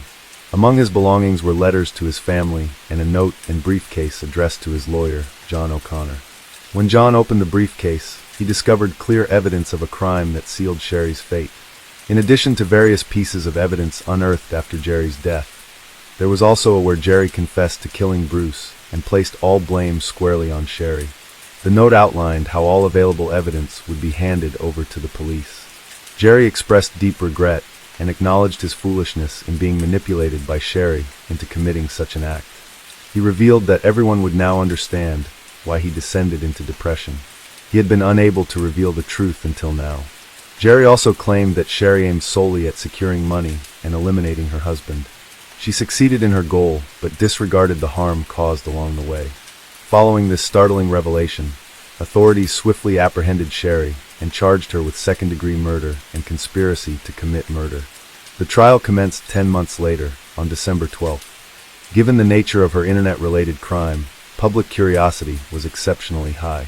Sherry pleaded not guilty during the proceedings, and her defense attorney suggested that Jerry had fabricated his evidence against her out of guilt. They also attempted to shift the blame back onto JN.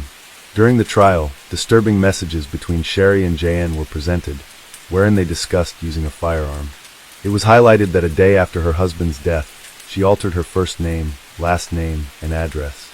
After Jerry's demise, she repeated this action. The case concluded successfully in court, and after only 2 days of deliberation, the jury delivered its verdict. Sherry Miller was found guilty of second-degree murder, and on January 9, 2001, she received a life sentence in prison. However, several complaints arose from the defense regarding the trial. One notable issue questioned the admissibility of Jerry's letter as evidence. This concern led to such significant implications that 7 years later, in 2008, a judge ordered a retrial for the case. Consequently, as per federal court decisions, Sherry was released from prison in July 2009 until further trials could be conducted. For over 3 years, she walked free without restrictions, even accessing internet and dating sites. However, many individuals, especially Bruce's and Jerry's families, opposed this release, deeming it due to an absurd technicality. Back in August 2012, the district court reversed its decision, and Sherry returned to prison, where she has remained since. While she was at large, Sherry successfully reconnected with her children. This reconnection had a notably positive impact on her. In April 2016, she wrote a letter admitting guilt despite previously denying it. She explained that her initial denial stemmed from fear that an admission would hinder her chances of appealing for a retrial. Her attorneys had advised such action. However, they later denied this claim. They asserted that if they had known about her guilt earlier, they would have recommended pursuing a plea deal. Under such circumstances, Sherry would have faced only 15 years of imprisonment, as opposed to the longer term she is currently serving. By then, Sherry had already spent 2 decades behind bars. Notably, during this time, she entered into her 4th marriage with Michael Dinelli.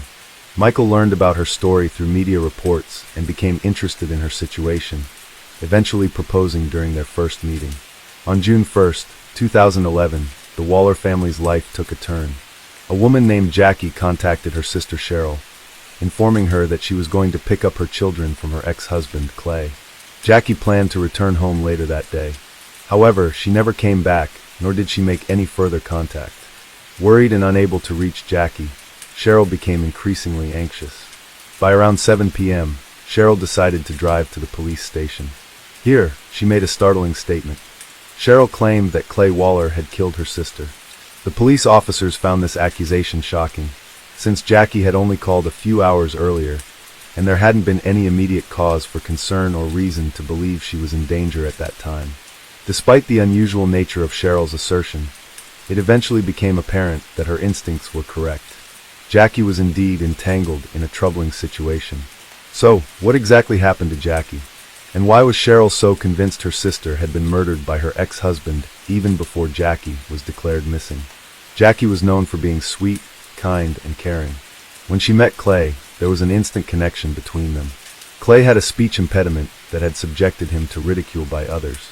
This made him feel awkward and uncomfortable in social situations. However, unlike others, Jackie didn't ridicule him. Instead, she defended him and ensured he wasn't hurt by people's unkind remarks. Jackie's nature was all about protecting the vulnerable, fighting injustice, and helping everyone around her. It wasn't long before their bond grew stronger and they got married. At the time of their marriage, both were about 30 years old and aspired to have a large family. They bought a small house in Sanguine View, Missouri, where Jackie began creating a family nest. She had a successful career. Unfortunately, the same couldn't be said about Clay. His life consisted of numerous failures, and he struggled with holding down any job for long periods. As a result, Jackie became the primary breadwinner of the family. She always dreamed of having children, but faced challenges in conceiving naturally.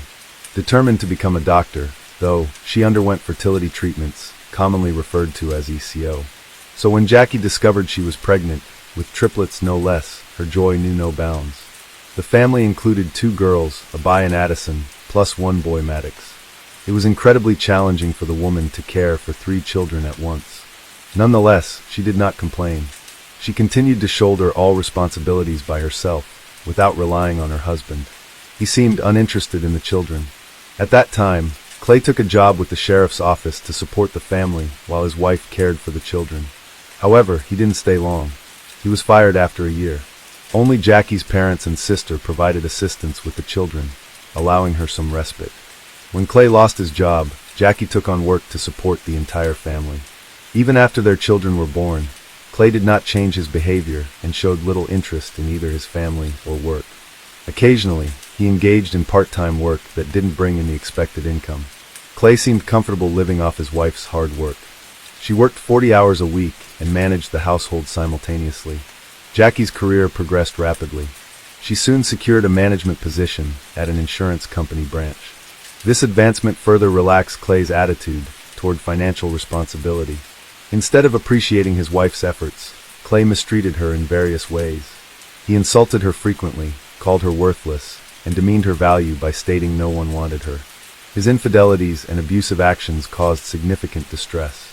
Jackie's parents and sister were deeply troubled by Clay's behavior and urged her to divorce him. However, Jackie was reluctant to take such a drastic step at that time and tried to salvage their marriage. Every day brought diminishing hope that their relationship could be saved. Over the next few years, financial difficulties compounded their problems because Clay was not working while Jackie's salary could no longer cover all expenses for their large family. Mounting mortgage debts led to their house being foreclosed upon. The woman decided it was time to move in with sister, seizing upon the opportunity. Her husband then relocated to a friend's place. At this point, their children were a bit older. Jackie faced the tough yet necessary choice to file for divorce. She believed she and her kids deserved a better life. When Jackie brought this up with her husband, Clay seemed calm initially. However, he soon changed his stance and refused the divorce.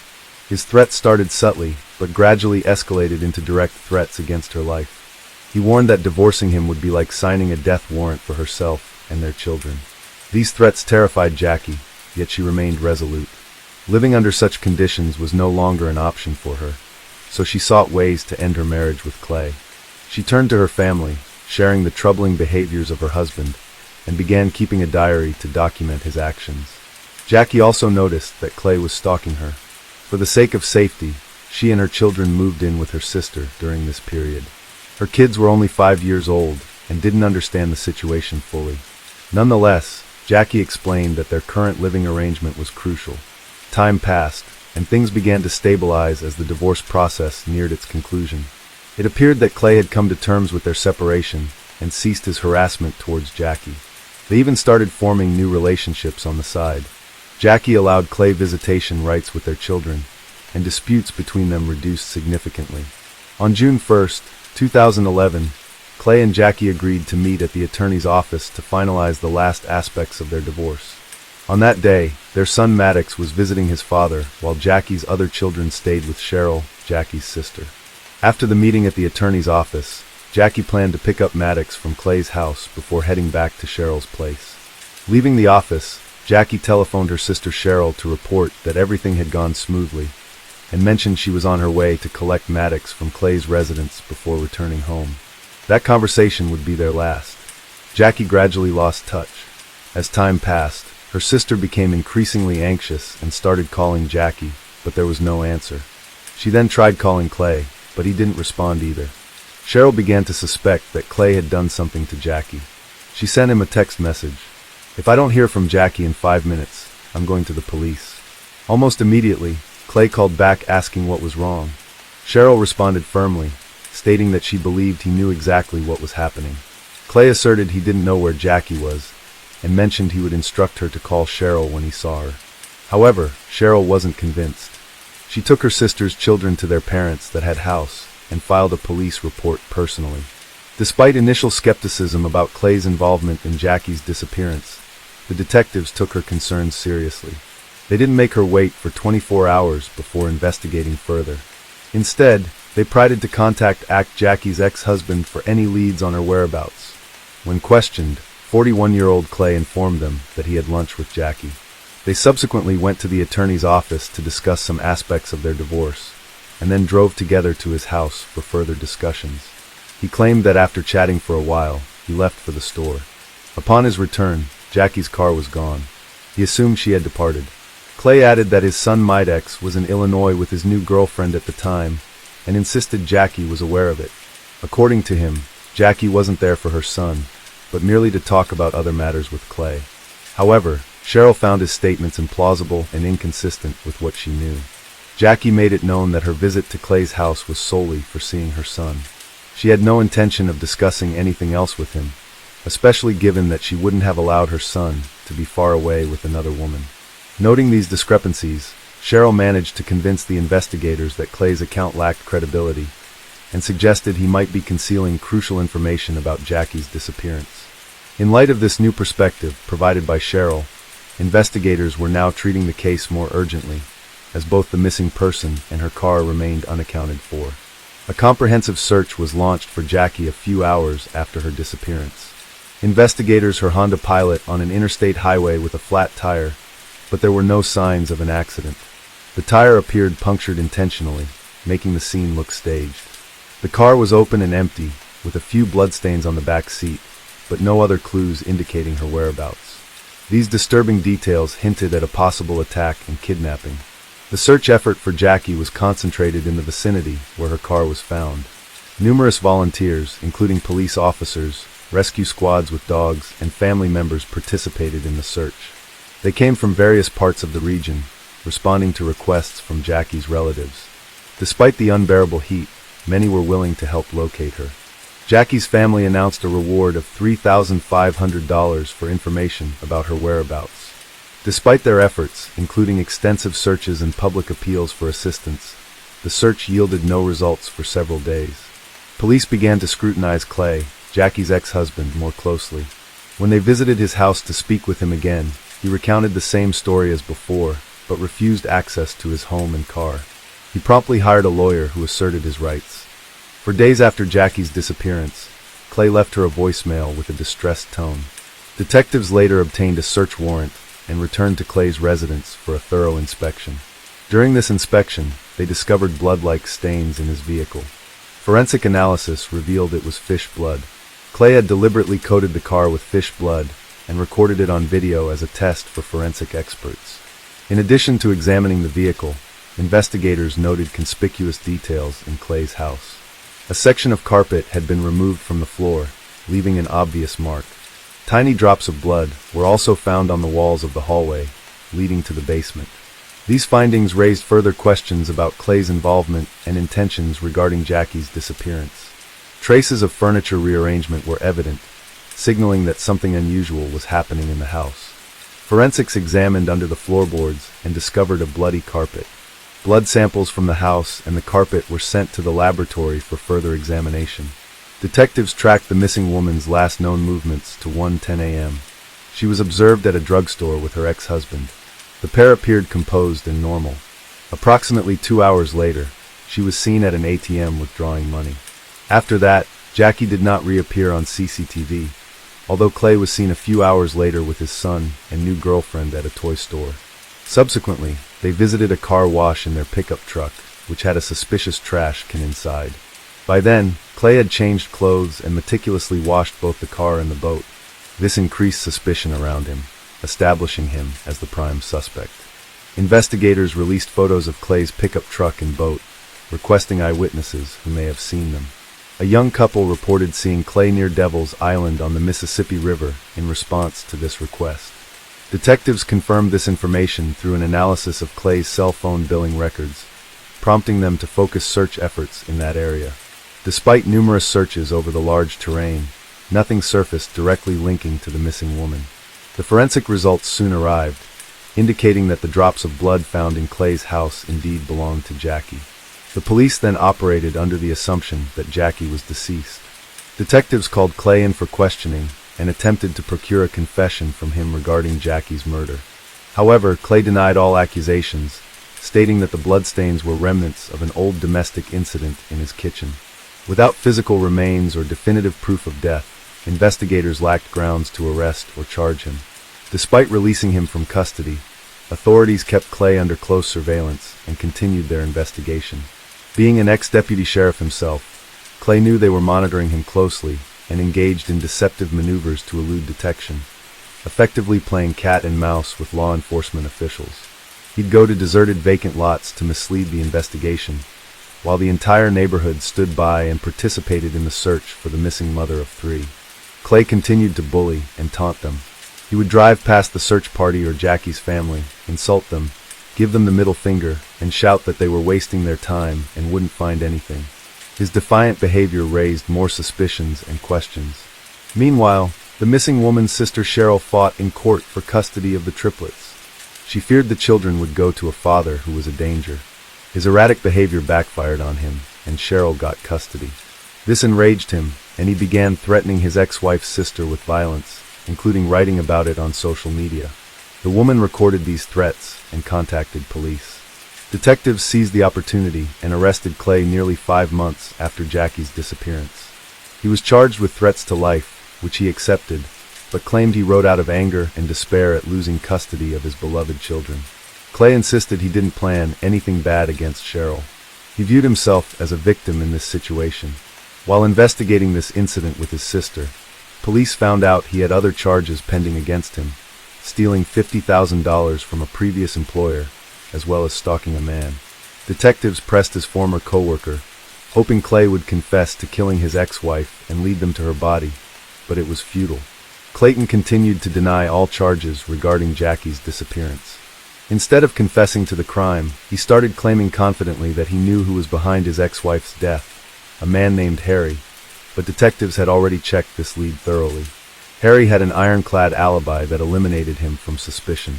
All evidence pointed only to Clay, yet he kept denying it. He ended up going to prison for 5 years for threatening Cheryl. While the police locked him up in jail, they continued to investigate Jackie's disappearance. The search for the missing woman continued on Devil's Island, but never yielded any results. Eventually, about 2 years after Jackie's disappearance, the cops gathered a lot of circumstantial evidence, video camera footage, blood in his house, and more. They decided to charge Clay with his ex-wife's murder, even without her body. It was a risky and desperate move because if they lost, the prosecutor's office would not be able to charge him a second time. However, the prosecutor was determined. After consulting with his accomplices, Clay concluded that it would be best for them to make a deal with the prosecution to reduce the sentence. To do so, the defendant offered to plead guilty to the murder and provide the location of the body. Jackie's family agreed to this deal because it was important to give her a decent burial. Clay led police officers to his ex-wife's body. It was in a secluded spot on a remote sandbar on the Illinois side of the Mississippi River. At first, he couldn't remember exactly which tree he had buried her under, but then admitted that he had placed a bag of fertilizer on top of her body. One of the policemen, who was an active gardener, explained that large quantities of fertilizer killed trees. They looked around and found 3 dead trees that were of interest to them. They excavated there, and under one of the trees, they did find Jackie's body wearing the same clothes she had last been seen in.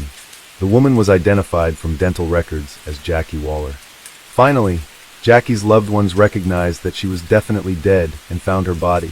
Then they were able to commit her to the ground. The woman's funeral was held on her parents' golden wedding day. Cheryl told their children that their mom was gone, and she had been killed by their father. This event was a great shock to the children because they lost both their mother and father at once. The children developed a deep aversion to Clay and refused to communicate with him henceforth. As part of the agreement, Clay had to officially confess to the murder of his ex-wife and provide specific details. He explained that the initial thoughts of murder began to surface about a year before the tragic event, when Jackie announced their separation. Despite this, he tried to suppress those dark thoughts, as Jackie was the mother of his children. However, he couldn't bear the idea of her taking his children away. He warned Jackie that such actions would have dire consequences for her, but she didn't heed his warning, which he considered her fault. The night prior to the murder, Clay traveled to a secluded area on Devil's Island to dig a grave for Jackie. According to him, their divorce proceedings were generally progressing smoothly. On that particular day, after a visit to their lawyer, they had a conversation in which she suggested they engage in intimacy one last time. They then went back to his home where they talked in the kitchen. While looking for a snack in the refrigerator, Clay accidentally raised his hitting Jackie and causing her nose to bleed. This incident angered her. She stormed out into the hallway where she smeared blood on the walls and started yelling at him that he would never see his children again. At this point, Clay lost control and attacked her. He hit her in the face with his hand and then strangled her. Subsequently, he took Jackie's body out in a dumpster and buried it in the pre-dug grave. Afterward, he meticulously cleaned out both the car and house, took a shower, changed clothes as if nothing happened, and then went on to meet his new girlfriend and son at a toy store. Throughout this process, Clay claimed that everything was driven by impulse and emotion. He did not originally intend to kill Jackie. This contradicted his earlier statement claiming he had dug the grave the day before. However, if Clay did not plan to kill the woman, why would he have dug the grave beforehand? It appeared to be premeditated murder.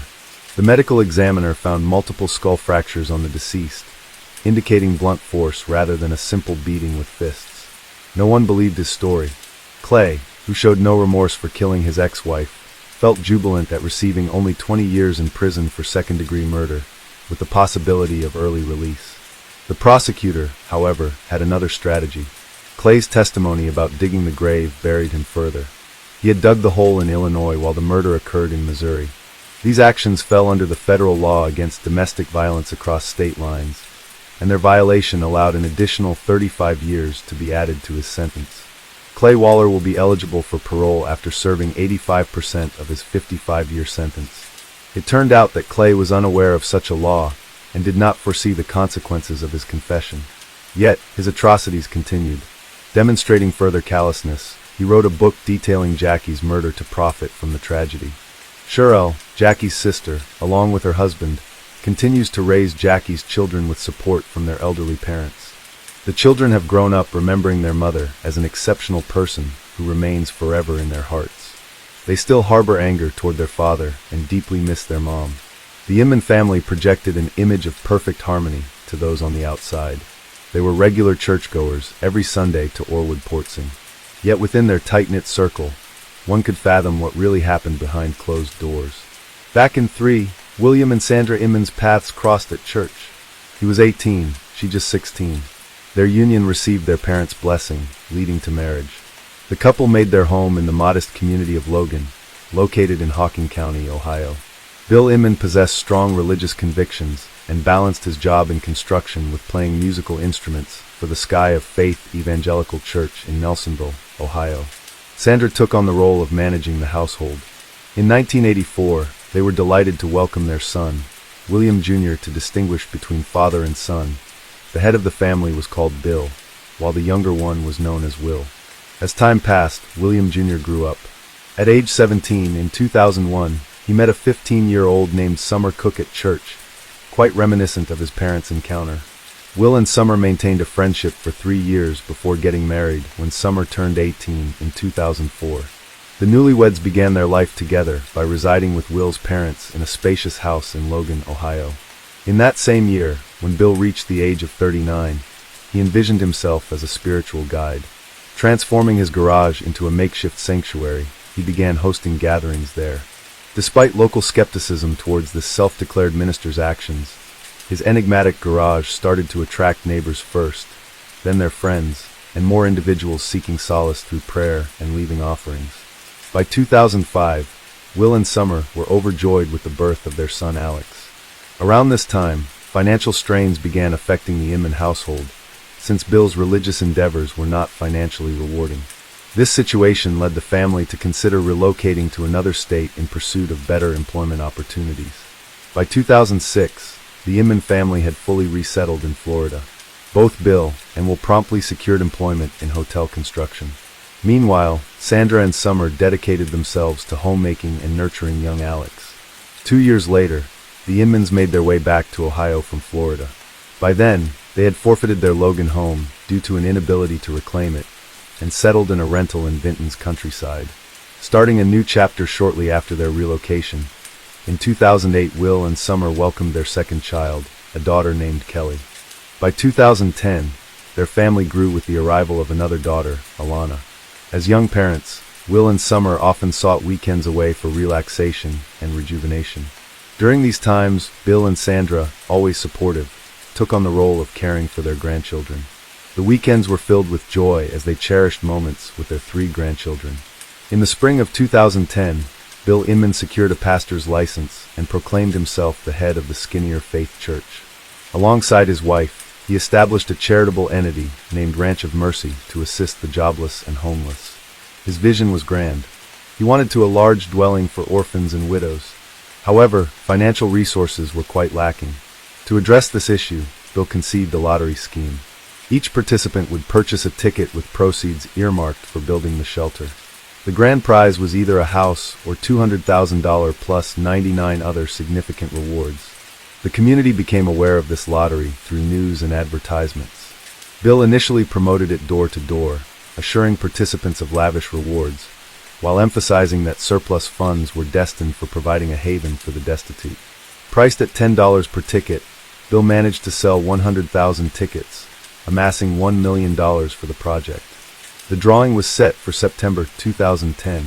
In June 2010, personal upheaval struck the Inman family when Summer expressed her desire to divorce Will after 6 years of marriage.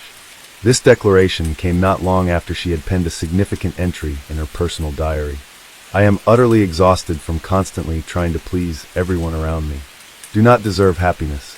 Do I not have the right to love someone and feel that love in return?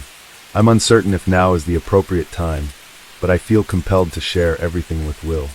It troubles me deeply, yet he deserves to know the truth. He should be aware that I no longer wish to be with him. I need to be alone to rediscover myself and understand my current identity. At this moment, I feel like a servant, perpetually running around and obeying others' commands.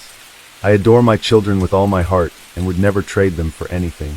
However, I don't want them to grow up witnessing their mother merely following orders all the time. I'm unsure how Will might react to this revelation. There's a chance he could become angry, attempt to take the children away, or worse, resort to threats or harm. It's important for our children to see us as equals. I'm aware that Will's parents might turn against me and try to convince me to stay, but such actions won't change anything. Last night, when Will asked me what I wanted, my mind was blank. All I could think of was what I don't want.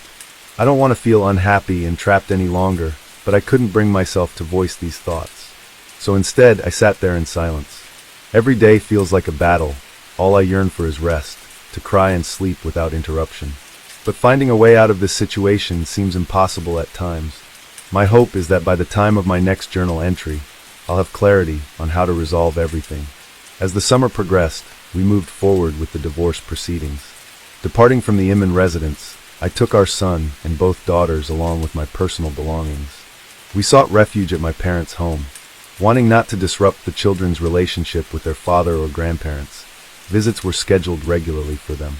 2 months following our separation in August 2010, I began a relationship with Adam Peters while also securing employment at a bank in Logan's downtown area, working in a cleaning capacity due to limited educational background.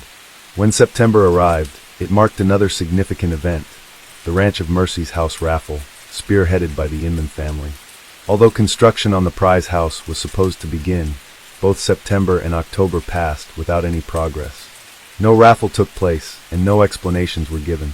The organization didn't seem to rush to refund participants either. By December 1st, 2010, the Inmans got a notice requiring them to leave their rented residence due to significant unpaid rent. In response, Summer and Adam went to collect her remaining belongings from the Inman home. However, they were denied entry. This led Summer to call the police, reporting that her estranged husband was intimidating her and preventing her from retrieving her possessions. When the police arrived, Will and his parents continued to block access.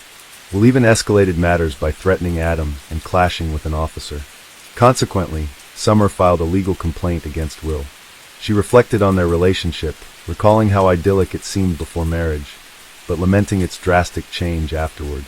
Will's behavior reportedly became very controlling, affecting everything from her diet to household responsibilities and even intimate aspects of their life.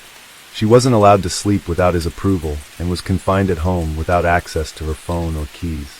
Summer revealed Will's aspirations for a large family, his interest in polygamy, and his activities on related websites, including posting inappropriate images. She also disclosed threats he made if she pursued divorce and mentioned how her cats mysteriously disappeared. Will attributed their disappearance nonchalantly to them escaping through an open window. Following Summer's allegations, Will provided his version of events. He justified taking Summer's phone and keys by suggesting he suspected her of infidelity. Regarding the cats, he said that due to their wild behavior and damage caused to furniture and family members, he relocated them to a shelter.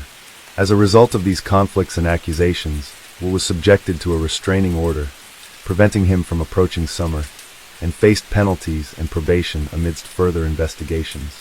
A fierce battle for custody emerged between the families. The Inmans filed police report against Adam Peters, labeling him a potential threat to the safety of Alex, Kelly, and Alana. Tragically, Summer's life took a dark turn. On the night March 22nd, 2011, Summer Man, just 25 years old, was finishing her shift at the bank. She wrapped up her cleaning duties after the office had closed. Around 11 p.m., she stepped outside to dispose of the trash. Summer had texted her to meet her after work, but he didn't find her by 11:30 p.m. Worried, Adam arrived at the bank and began his search. He discovered her personal items scattered near a dumpster in an alley, her phone, keys, and a music player still playing with headphones nearby in the grass. Her jacket lay there too. Alarmed, Adam immediately contacted Summer's parents to inform them of her disappearance, and stressed the need to alert the police swiftly. Initially, Summer's parents called the bank, guessing she might have stayed longer for extra work and misplaced her belongings. Security personnel had no clues about her whereabouts. They then contacted Logan police to report Summer missing, emphasizing her punctuality and that she rarely stayed late at work. Police arrived at the scene, where they found Summer's belongings. They heard accounts from 3 eyewitnesses who saw her abduction about an hour earlier. 2 women out for an evening jog reported seeing Summer as she threw out the trash. At that moment, a white Ford Crown Victoria, driven by a blonde woman, approached. Two individuals dressed in black balaclavas exited the vehicle and forcefully grabbed Summer, shoving her into the back seat despite her resistance and cries for help. One bystander's attempt to intervene was thwarted when the female driver incapacitated him with pepper spray, forcing him to retreat. The car quickly left the area. The two jogging witnesses immediately headed to the nearest police station to report what they had witnessed. Their account initially faced skepticism from the police, who found their peculiar and doubted its authenticity. Expecting it might be a fabricated story, the police reached the abduction site of Summer Inman just an hour after her parents filed the missing person report. However, initial efforts did not lead to locating the missing 25-year-old. News of Summerman's kidnapping quickly circulated through all local media outlets, capturing the community's attention. Hundreds of Logan's residents united in a concerted effort to locate her. As 3 days elapsed, the possibility of finding Summer safe and sound grew increasingly faint. Throughout this harrowing time, her parents endeavored to maintain hope against despairing thoughts. Shortly before her disappearance, Summer Inman shared a photo on Facebook featuring herself, her new partner Adam, and her children. The image portrayed them as a content family unit. Will Inman, who had access to Adam Peters' Facebook page, surprisingly still on his friends list despite being Summer's current partner, noticed this update. It raises an intriguing question. Why would a husband befriend his wife's new companion? The backstory revealed that Adam, a man without stable employment, had been hired by the Inmans a year earlier, in spring 2010, for various household tasks. It was then that Adam and Summer crossed paths and developed a bond. Despite initial reluctance, Summer eventually reciprocated Adam's affections. Her diary entry reflects this internal conflict. This encounter signified the unraveling of Summer's life within the Inman family. Yearning for happiness and love, she initiated divorce proceedings which were prolonged 5 days before vanishing. Will tested the proposed spousal support per child monthly, suggesting a reduction to $50 given his annual earnings of just $6,000. Will and his parents sought full custody of the children, but their petition was rejected by the court. After losing contact with their grandchildren, Bill and Sandra visibly deteriorated. They lost weight and were clearly affected, as those who knew them concurred that the grandchildren were the light of their lives. In March 2011, amidst the investigation into Summer's disappearance, the Inman family was located. They were found at the residence of Bill's 70-year-old mother in Jackson, Ohio. Bill, Sandra, and Will collectively asserted their ignorance regarding Summer's abduction. The Inmans recounted that on the night of Summer's kidnapping, they were en route to Cleveland to view a new property. However, they encountered car trouble after 3 hours on the road, leading to an overnight ordeal of vehicular repairs on the roadside before returning to Logan the next morning. They maintained that their interactions with Summer were generally amicable with infrequent disputes. Yet they attributed a shift in their familial harmony to Adam Peters' employment in their household, describing this phase as challenging. The trio consistently portrayed Adam as a negative influence, alleging he was the catalyst for the disintegration of their previously harmonious and tightly knit family. The investigation took a crucial turn when police noticed a white Ford Crown Victoria at the Inman family's residence. Upon inspection of the vehicle, a GPS receiver was confiscated. Subsequent examination revealed that on March 22nd, the day Summer was abducted, this car was in Logan. The GPS was deactivated at 5:30 p.m. that evening and reactivated the next morning again in Logan, contradicting the Inman's claim of traveling to Cleveland. Phone records further corroborated that all three family members were in Logan on both March 22nd and 23rd. Additional inquiries revealed that on the morning of March 23rd, around 7:30 a.m., the Inmans were at a car wash engaging in a thorough interior cleaning of the vehicle. Bill, Sandra, and Will were all present, but Summer was notably absent following this event. They visited an auto shop in Cleveland for a tire change. While there, a shop employee noticed something odd. Bill was choosing to replace nearly new tires with used ones, simply because he didn't like his current set changed. There was also evidence that the Inmans attempted to modify the car's appearance. Notably, Bill had removed a police spotlight that had previously been mounted on the driver's side door next to the mirror. Bill, Sandra, and Will Inman were apprehended and brought in for interrogation. Prior to their arrest, Bill assured his elderly mother of their innocence, attributing the situation to a test from the devil. Throughout the questioning, they consistently claimed they were unaware of Summer Inman's abduction, and didn't know who the kidnapper was. However, after several hours and faced with the possibility of capital punishment if convicted, Sandra Inman's resolve faltered. Eventually, she disclosed the truth. Sandra confessed that they were responsible for Summer's abduction on the night of March 22nd. She detailed how Bill and Will had disguised themselves in black masks. Sandra admitted that her initial plan was merely to abduct and intimidate Summer. However, events took an unexpected and tragic turn.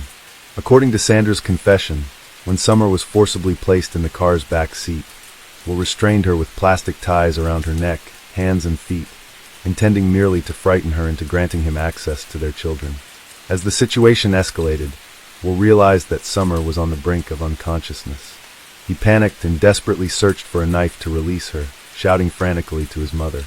Sandra maintained that their objective was never to take Summer's life. They merely sought a resolution to their custody dispute and hoped to ensure regular visits with their grandchildren.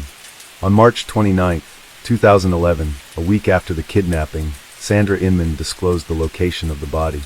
Summer's remains were found in a septic tank on the grounds of Skinnier Faith Church near Nelsonville, about 30 kilometers from her workplace.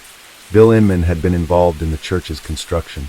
This place held personal significance for him and Sandra, as it was where they had married 28 years earlier. The Inmans were regulars at this church. Bill participated in its musical ensemble. Police uncovered the well by removing a concrete slab and unscrewing 6 bolts from the metal lid. When they opened it, they immediately saw Summer's legs. She had been thrown headfirst into the septic tank, still wearing her work attire. Her black t-shirt bore an ironic inscription, "I don't have anger issues, I have issues with idiots." A forensic examination confirmed that Summer had succumbed to strangulation. Apart from marks on her neck, hands and legs indicating she'd been restrained, no other injuries were found on her body. This highlighted strangulation as the cause of her tragic demise. Sandra revealed that she originally planned to dispose of the body in a river, but reconsidered and decided it would be safer to conceal it in the well near the church.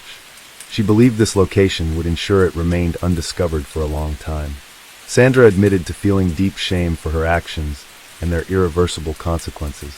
During the subsequent trial, 49-year-old Bill Inman and 28-year-old Will Inman did not take any responsibility for Summer's death. Throughout the proceedings, they stayed mostly silent, showing no visible emotions and avoiding eye contact with Summer's grieving parents. Sandra Inman, at 47 years old, stood out as the only family member who accepted responsibility for her part in the tragic events. She maintained that the plan to intimidate Summer was entirely her own idea. In a deeply emotional moment before sentencing, Sandra, overcome with tears, faced Summer's parents and begged for their forgiveness. Her speech, though broken by sobs and a quivering voice, clearly expressed remorse. Sandra admitted she saw Summer as a daughter and regretted her catastrophic decision. In 2012, the verdict was handed down. All 3 members of the Inman family were convicted. Bill and Will Inman received life sentences without the possibility of parole. Sandra Inman also got a life sentence, but with eligibility for parole after serving 15 years. However, among friends and church members familiar with the family's dynamics, doubts arose about Sandra being the mastermind behind the crime. It was commonly known that Bill had a dominant role in the family and usually made final decisions on all matters. Will, on his part, was seen as a pampered child whose desires were always met by his parents. Those close to the family speculated that Sandra's confession might have been a strategic move to reduce legal consequences for her husband and son. Currently, Alex and Alana are being raised by Summer's family. For quite some time, it was hard to explain to these grandchildren where their mother, father, grandmother, and grandfather had gone. In 2013, Jessica Herringer, a 25-year-old woman, disappeared under circumstances from her workplace. The search for her kidnapper spanned several years, during which numerous other women were affected. When the authorities finally apprehended the culprit by chance, they uncovered deeply disturbing details about him. Jessica Herringer was born on July 16, 1987, and resided in Norton Shores, Michigan. She grew up in a modest family with a sister. At 22, Jessica became a mother to a son named Zine, fathered by her long-term partner Dakota Quayle Dyer. They were still together in 2013, living in a leased home. At the age of 25, Jessica worked at an Exxon gas station in Norton Shores, located near Lake Michigan. Known for her warm and friendly nature as a manager, She often received praise from customers. To support her cherished 3-year-old son, she frequently took on extra hours. Jessica's diary highlighted her ambitions to learn and advance. She aspired to pursue college studies in accounting, but financial constraints hindered this goal. Dakota was unable to fully support their family, leading to frequent disputes and turmoil in their relationship. The couple was engaged, yet their marriage faced repeated delays due to various factors. On the evening of April 26, 2013, Jessica Herringer was carrying out her regular duties at the Exxon gas station. Her day began with a visit to a nearby store around 3 p.m., followed by a drive to her workplace. She arrived at the gas station around 4:35 p.m., parked her car and started her night shift, which was supposed to end at 11:30 p.m. Jessica was the sole employee on duty that night. At 11:14 p.m., a customer called emergency services, reporting his experience at the Exxon station. He had entered the store to pay for his gas in cash, but found it unattended. He informed the dispatcher, "I'm not sure what's going on, but there's no one at the station. The door is open and unlocked. Lights are still on, but there's no one to take my payment. There are just my car and another vehicle outside. Why isn't anyone here? It looks very odd." The police reached the Exxon gas station within 10 minutes of the 911 call. During their inspection of the premises, both inside and outside, they found no evidence of a struggle. Everything seemed orderly. Jessica's coat was in the back room, along with her purse containing $400, car and house keys. A solitary drop of blood, later identified as Jessica's, was discovered near the storage area's back door. Additionally, a cap from a Walther P-22 semi-automatic pistol's laser sight and 2 batteries, likely for a watch, were found on the floor. The gas station's cash register remained undisturbed with all the money intact. The last recorded transaction was at 10:52 p.m. for a lighter. The facility lacked interior surveillance cameras. Positioned next to the cash register was Jessica's pack of cigarettes, suggesting she had briefly left her station with the intention of returning soon. Her locked car was parked outside, but Jessica was nowhere to be seen. She had inexplicably disappeared. Upon discovering the station unattended, police reached out to the gas station's owner, informing them of the situation. The owner subsequently contacted another manager living close by, requesting her to secure the premises. Additionally, the police notified Jessica's family of her disappearance. Her parents sought clues to her whereabouts and called her friends. One friend recalled being at the gas station between 8 and 9 p.m. that day, noting that all appeared normal then. Shortly after, a fellow employee arrived to lock up the station. This colleague recounted that around 11 p.m., she and her boyfriend had driven by the station on a motorcycle. They spotted a silver Chrysler Town and Country minivan parked near the rear service door, with its back door open. Suspecting Jessica might be involved in theft from the station, they paused to observe further developments. The manager observed a young man with disheveled wavy hair near the minivan, dressed in an orange sweatshirt. She saw him repeatedly open and close the vehicle's rear door before he finally drove off. Police reviewing surveillance footage from surrounding buildings located a video showing a silver Chrysler passing by Exxon gas station at 11:02 p.m. A store employee nearby also spoke to the police, mentioning that he had seen the man in the minivan conversing with Jessica Christian. The employee initially thought the stranger was merely flirting with Jessica, given her attractiveness. He noted Jessica standing outside while the man questioned why she wasn't inside. Both Christian and Jessica's colleague, who had spotted the man by the minivan, contributed to creating a composite sketch of the unidentified individual.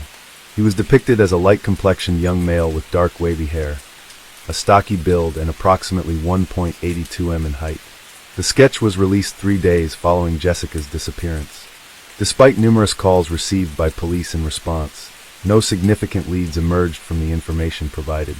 The prevalence of the silver Chrysler minivan in the United States posed a considerable obstacle in the investigation. In Michigan alone, there were approximately 15,000 vehicles of this kind registered. Identifying the specific driver of the minivan linked to Jessica Hinger's disappearance became a daunting challenge, given the vast number of identical models.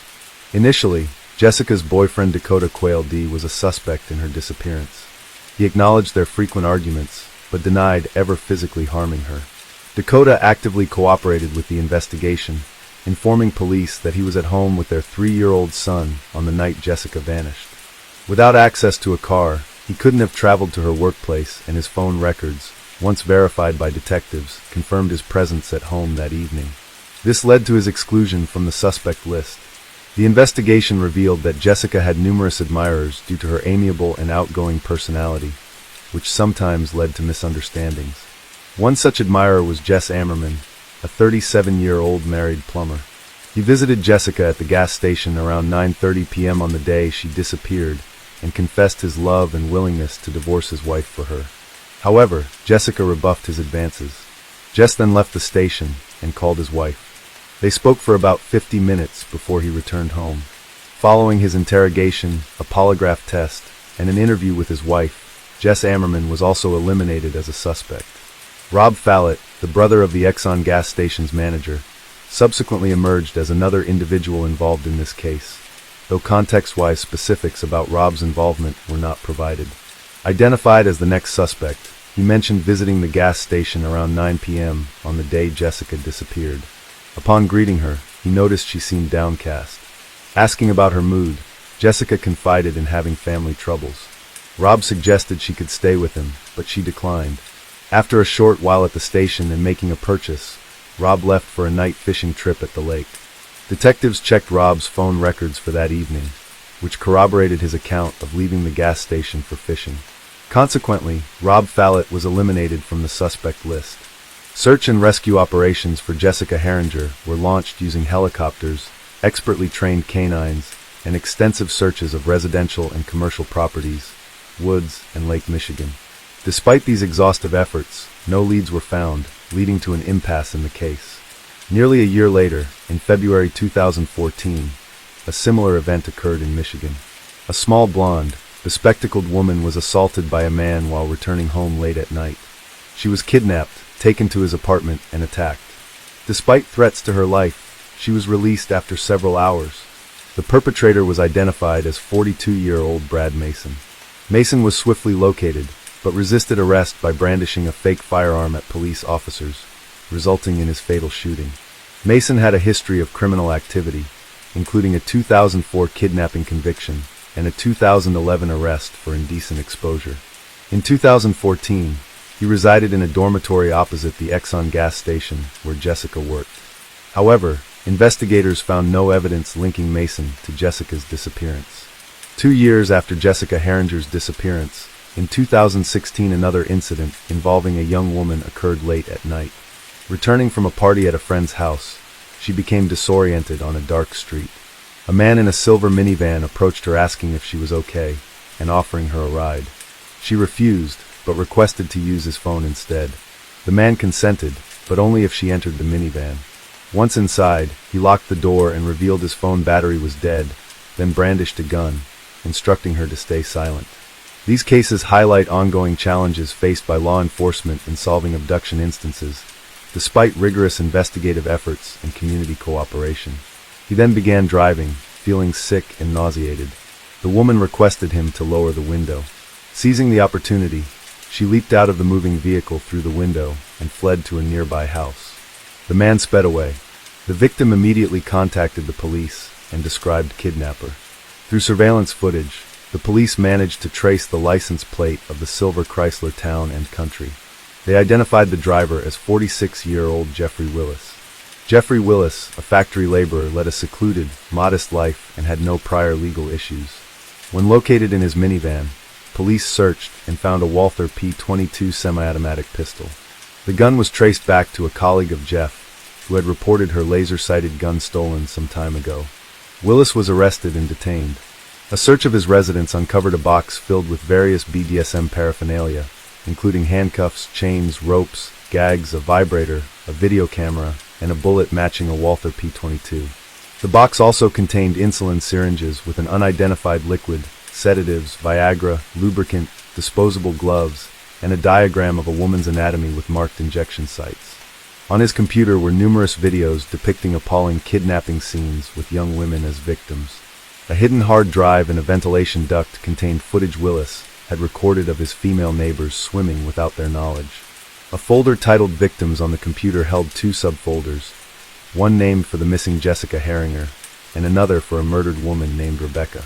Rebecca Bleck, aged 36, was tragically murdered on June 29, 2014, roughly a year after Jessica Heringer vanished in an area just 20 minutes from where Jessica worked at the Exxon gas station. Rebecca went out for an evening run, but never made it back home. She was found by neighbors lying on the road with her clothing disheveled, initially leading to the belief that she was struck by a car, although unconscious. Rebecca still had a pulse when discovered. Emergency services were called, but she succumbed to her injuries before they could save her. Autopsy reports revealed she died from 3 gunshot wounds to her back and head, with multiple bruises on her wrists and legs.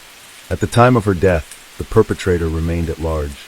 However, 2 years after Jeffrey Willis's arrest, new evidence linked Rebecca's murder to a pistol found in Willis's minivan. Willis denied any involvement, but prosecutors theorized that he had attempted to abduct Rebecca and bring her to his home. When Rebecca resisted, Willis reportedly shot her and fled. Forensic analysis later discovered Rebecca's DNA on a glove recovered from Willis's residence. Jeffrey Willis was convicted of Rebecca Bleck's murder and received a life sentence. While serving his sentence, he faced additional charges related to the kidnapping of Jessica Heringer. Despite consistently denying any involvement in Jessica's disappearance, phone records showed that on the night she vanished, he was present at the Exxon gas station where she was last seen. Subsequently, he traveled to his deceased grandfather's house, which is roughly 13 minutes from the station. Upon arriving at his grandfather's residence, police encountered a heavily secured front door. Forced entry revealed an assortment of cleaning products, powders, and bleaches in the basement. The manufacturing dates on these items aligned with early 2013, matching the time frame of Jessica's disappearance. Colleagues recalled that Jeffrey Willis was notably absent on April 27, 2013, the day following Jessica Heringer's disappearance. When he returned to work a few days later, he had conspicuous deep scratches on his face and hands, raising further suspicions among those who knew him. A woman who visited the gas station on April 25, the day before Jessica's disappearance, later contacted police. She arrived late in the evening and expressed concern about being there alone at such an hour to Jessica herself. Jessica nodded in acknowledgement, appearing anxious and somewhat scared. At that moment, an unknown man inside the station reassured the visitor by saying, "Don't worry, she has customers who look after her." He left the premises. The concerned visitor, still worried about Jessica's safety, stayed in her car outside until Jessica finished her shift and headed home. Tragically, Jessica disappeared the following day in 2016. The witness from the gas station positively identified Jeffrey Willis, recalling seeing him there. Investigators learned that Willis had frequented the Exxon gas station, interacting with Jessica Heringer on at least 15 occasions. Concurrently, 48-year-old Kevin Bloom, Willis's cousin and a prison guard, was taken into custody. Kevin's inconsistent statements during interrogation eventually led to a confession. He disclosed information about Rebecca Blecher's death that hadn't been publicly known. Kevin also confessed to assisting Jeffrey in concealing Jessica's body. He described how on April 27, the day after Jessica's abduction, Jeffrey invited him over for a party at his house. Upon arriving at his late grandfather's residence, Kevin saw Jessica for the first time lying on the floor bound and lifeless. The cousins wrapped her body in a sheet, transported it in a car to a forest where Jeffrey had pre-dug a grave and buried her. They then returned home. When Kevin Bloom led the police to the forest to identify the burial site of Jessica Heringer's body, he spent a considerable amount of time wandering through the area. Despite his efforts, he was unable to pinpoint the precise location where they had buried the body. The trial of Jeffrey Willis commenced despite Jessica Heringer's body not being found either alive or deceased. The prosecution presented substantial evidence to charge Willis with her kidnapping and murder. Their case posited that Willis had been stalking Jessica for an extended period. On the night of April 26, 2013, he allegedly parked his vehicle near the service entrance of the gas station. Entering the premises, he is said to have struck Jessica on the head with his gun. During this assault, it's reported that the cover of the gun's laser sight fell off and Jessica's blood was spilled on the floor. Willis then purportedly dragged Jessica out through the service exit and placed her in the back seat of his car. He transported her to his late grandfather's house, where he committed his most horrific acts. Forensic computer analysis revealed that Jeffrey Willis stored photographs and news articles about the search for Jessica on his computer. Following the investigation's progress, It was discovered Willis used a password displayed on the screen consisting of Jessica's initials and the date April 27, 2013, presumed to be the day she died. Willis consistently denied his guilt, insisting he was at home on the night of her kidnapping. His lawyers argued that there was no direct evidence linking him to the case. No DNA belonging to Jessica was found in Willis's house or car. The defense team suggested that her disappearance might be linked to illegal drug trafficking, since Dakota had mentioned Jessica developed a serious substance abuse problem. Despite these arguments, Jeffrey Willis was convicted of murdering Jessica Herringer and received a life sentence without parole. Throughout the trial, he displayed neither remorse nor empathy. His cousin, Kevin Bloom, was found guilty of assisting in disposing of Jessica's body. Kevin received a sentence of 2 years in prison and 5 years probation. Suspension from his role in the prison system was yet another blow to Jeffrey Willis. Years after his conviction, the narrative around him took a startling twist. He became a suspect in an older, unresolved case. On October 17, 1996, in Fruitport, Michigan, Angela Thorbug, a young woman, was found dead. Her remained at large. Ed Willis, who graduated from the same high school as Angela in 1988, found himself linked to her 1996 murder. In that year, 28-year-old Willis worked as a janitor at his alma mater. Concerns were raised when the principal noticed his excessive time spent in the computer lab during work hours. A check on his computer activities was initiated by the principal. Although the findings remain undisclosed, Willis was asked to resign immediately following the review. The investigation into Angela's murder continues to be shrouded in secrecy. A decade has passed since Jessica Herringer's disappearance, and her remains are still undiscovered.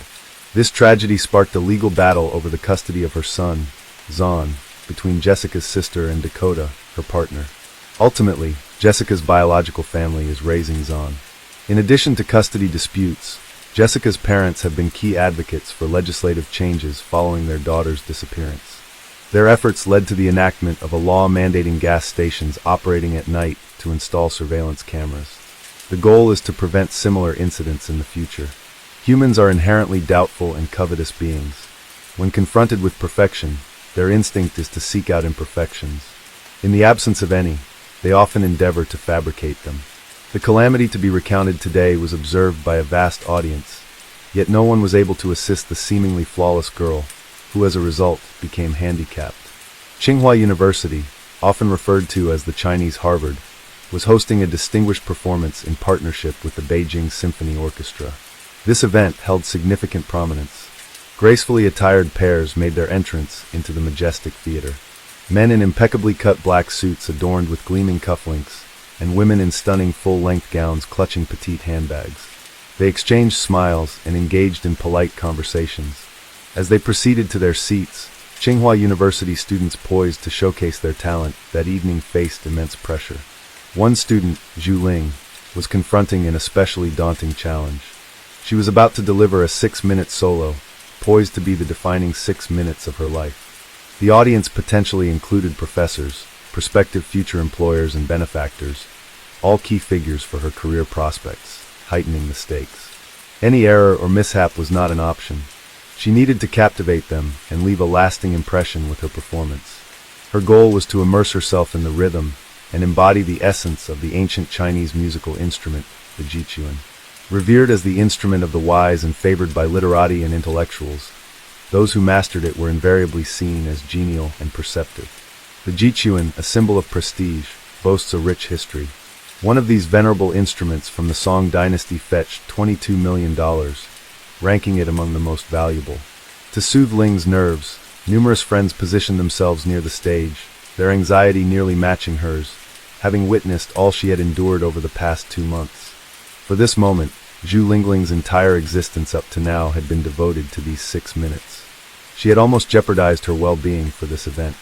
Her nerves were so frayed that in 3 days preceding her solo, she scarcely consumed any food. Stress-induced stomach pains plagued her, and sleep was elusive, making it hard for her to keep her eyes. Her vision began to blur. Finally, Zhu Lingling ascended the stage, greeted the audience with a bow, sat down, and commenced playing the guqin. In those initial moments, her friends held their breath. But soon the tension eased, and they found themselves enveloped in the music. Zhu Lingling's stage presence that evening betrayed no sign of her nerves. She seemed to become one with the melody. Her hands glided effortlessly, coaxing out exquisite sounds that resonated throughout the theater.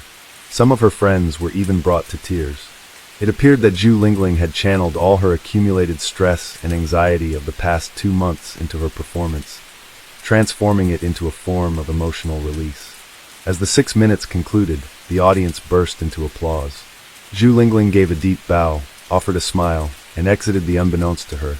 Her best friend was in the crowd smiling broadly and clapping so vigorously that her hands turned red. Yet her expression also showed a hint of nervousness. That night, Zhu Lingling opted out of the festivities to return home and rest. The dissipation of stress left her feeling utterly drained. In the shower, she began washing her hair calmly. Glancing at her hand, she noticed a clump of hair passing through it. Running her hand through her hair again brought a sense of urgency. She pulled back the shower curtain and dashed to the mirror. Her reflection revealed an exhausted face and small irregular bald spots resembling the aftermath of a carelessly wielded razor. This was merely the onset. In the following weeks, Zhu Lingling's condition would deteriorate further, leaving her confined to a wheelchair and bereft of ability, unable to move, speak, or even control facial muscles. She transformed from a highly promising Tsinghua University student into someone with the cognitive capacity of a 6-year-old child. This entire wasn't an illness, nor was it a genetic anomaly. Zhu Ling was experiencing something caused by another individual. For ordinary students, gaining admission to Harvard was more likely than to Tsinghua, especially for those native to China. The local acceptance rate stands at a mere 0.4%, making it more accessible to international students.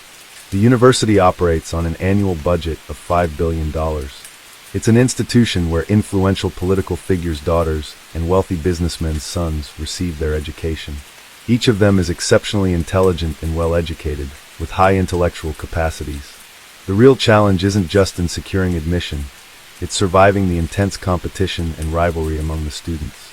Some alumni have admitted that to stay at the forefront, they engaged in various manipulations, betraying comrades, engaging in deceit, and stabbing others in the back, all driven by the unyielding competitive spirit fostered at this institution. In 1994, Zhu Ling was among the 31 chemistry undergraduates at Tsinghua University. She ranked in the top 3 of her cohort, which consisted of 20 males and 11 females. Zhu Ling was often regarded as the epitome of excellence, the cream of the crop among students. Indeed, Zhu Ling was not only intelligent, but also tall and striking in appearance. Everyone foresaw a bright future for her, destined for significant accomplishments. Zhu Ling also had a charismatic and assured presence. Her arrival in the dormitory sparked envy among others. She had a knack for attracting a circle of friends and admirers, thanks to her warm demeanor towards others. She roamed the campus, attended lectures diligently, completed her assignments, and many marveled at her seemingly boundless energy. However, after a few months, a peculiar and unexplainable decline in Zhu Ling's condition began to be observed by all. She appeared less strained, even during graduation week. But suddenly, Zhu Ling seemed to vanish. She began arriving later than her peers, and consistently looked exhausted in lectures. Sitting there, she'd sweat as if overheating. Zhu Ling struggled to concentrate on the class content. Severe stomach pain plagued her, leading many, including her instructors, to believe it was stress-related. Seeking relief, Zhu Ling went to the school clinic for pain relievers, but they provided minimal respite. What started as minor lateness escalated to her ceasing classes entirely. Concerned friends decided to visit her dormitory, which she shared with 3 other girls. They found her in bed, shivering and moaning in agony, with clumps of dark hair scattered on the pillow. Alarmed, her classmates urged her to consult a physician, but Zhu Ling dismissed their concerns. She insisted she was merely stressed and would return to classes the next day, assuring them that everything would normalize by semester's end. The once impeccable Zhu Ling was now unrecognizable. Her complexion had turned ghostly pale, lips took on a purplish tint. She resembled a specter haunting the campus. Her movements were sluggish, each step seemed to inflict excruciating pain. Most of her hair had shed, leaving her nearly bald, and compelling her always to wear something on her head for concealment. Occasionally Zhu Ling's vision would blur, leading to temporary blindness for hours at a time. Various hypotheses regarding Zhu Ling's deteriorating condition spread across campus. Some conjectured it might be due to cancer or alopecia, known for causing hair loss, or perhaps an autoimmune disorder. Yet darker speculations emerged. Many students linked Zhu Ling's decline to stress stemming from a dispute with her close friend Sunny. It seemed oddly coincidental that the change in Zhu Ling coincided with their falling out. After missing an orchestra rehearsal for a challenging piece, Zhu Ling faced unexpectedly harsh criticism. Sunny Fly informed the instructor that Zhu Ling had skipped because she felt overly skilled, implying the others needed to elevate their abilities to match hers. Realizing such maliciousness in real life was quite overwhelming for Zhu Ling. Different speculations circulated among university students. Some hinted that Zhu Ling, being a chemistry student, might be secretly conducting groundbreaking experiments. However, would a highly driven student risk self-harm? Beijing A, from Peking University and a friend since middle school, decided to visit her in the hospital with a fruit basket. On entering her room, Beijing was stunned and compelled to flee. It wasn't fear of infection, but rather seeing his classmate in such a dire state that overwhelmed him. How could a vibrant 20-year-old transform into this shadow so quickly? What illness could strip Zhu Ling of all she had worked for? The medical team found her condition baffling. Just months earlier, Zhu Ling had been in peak health.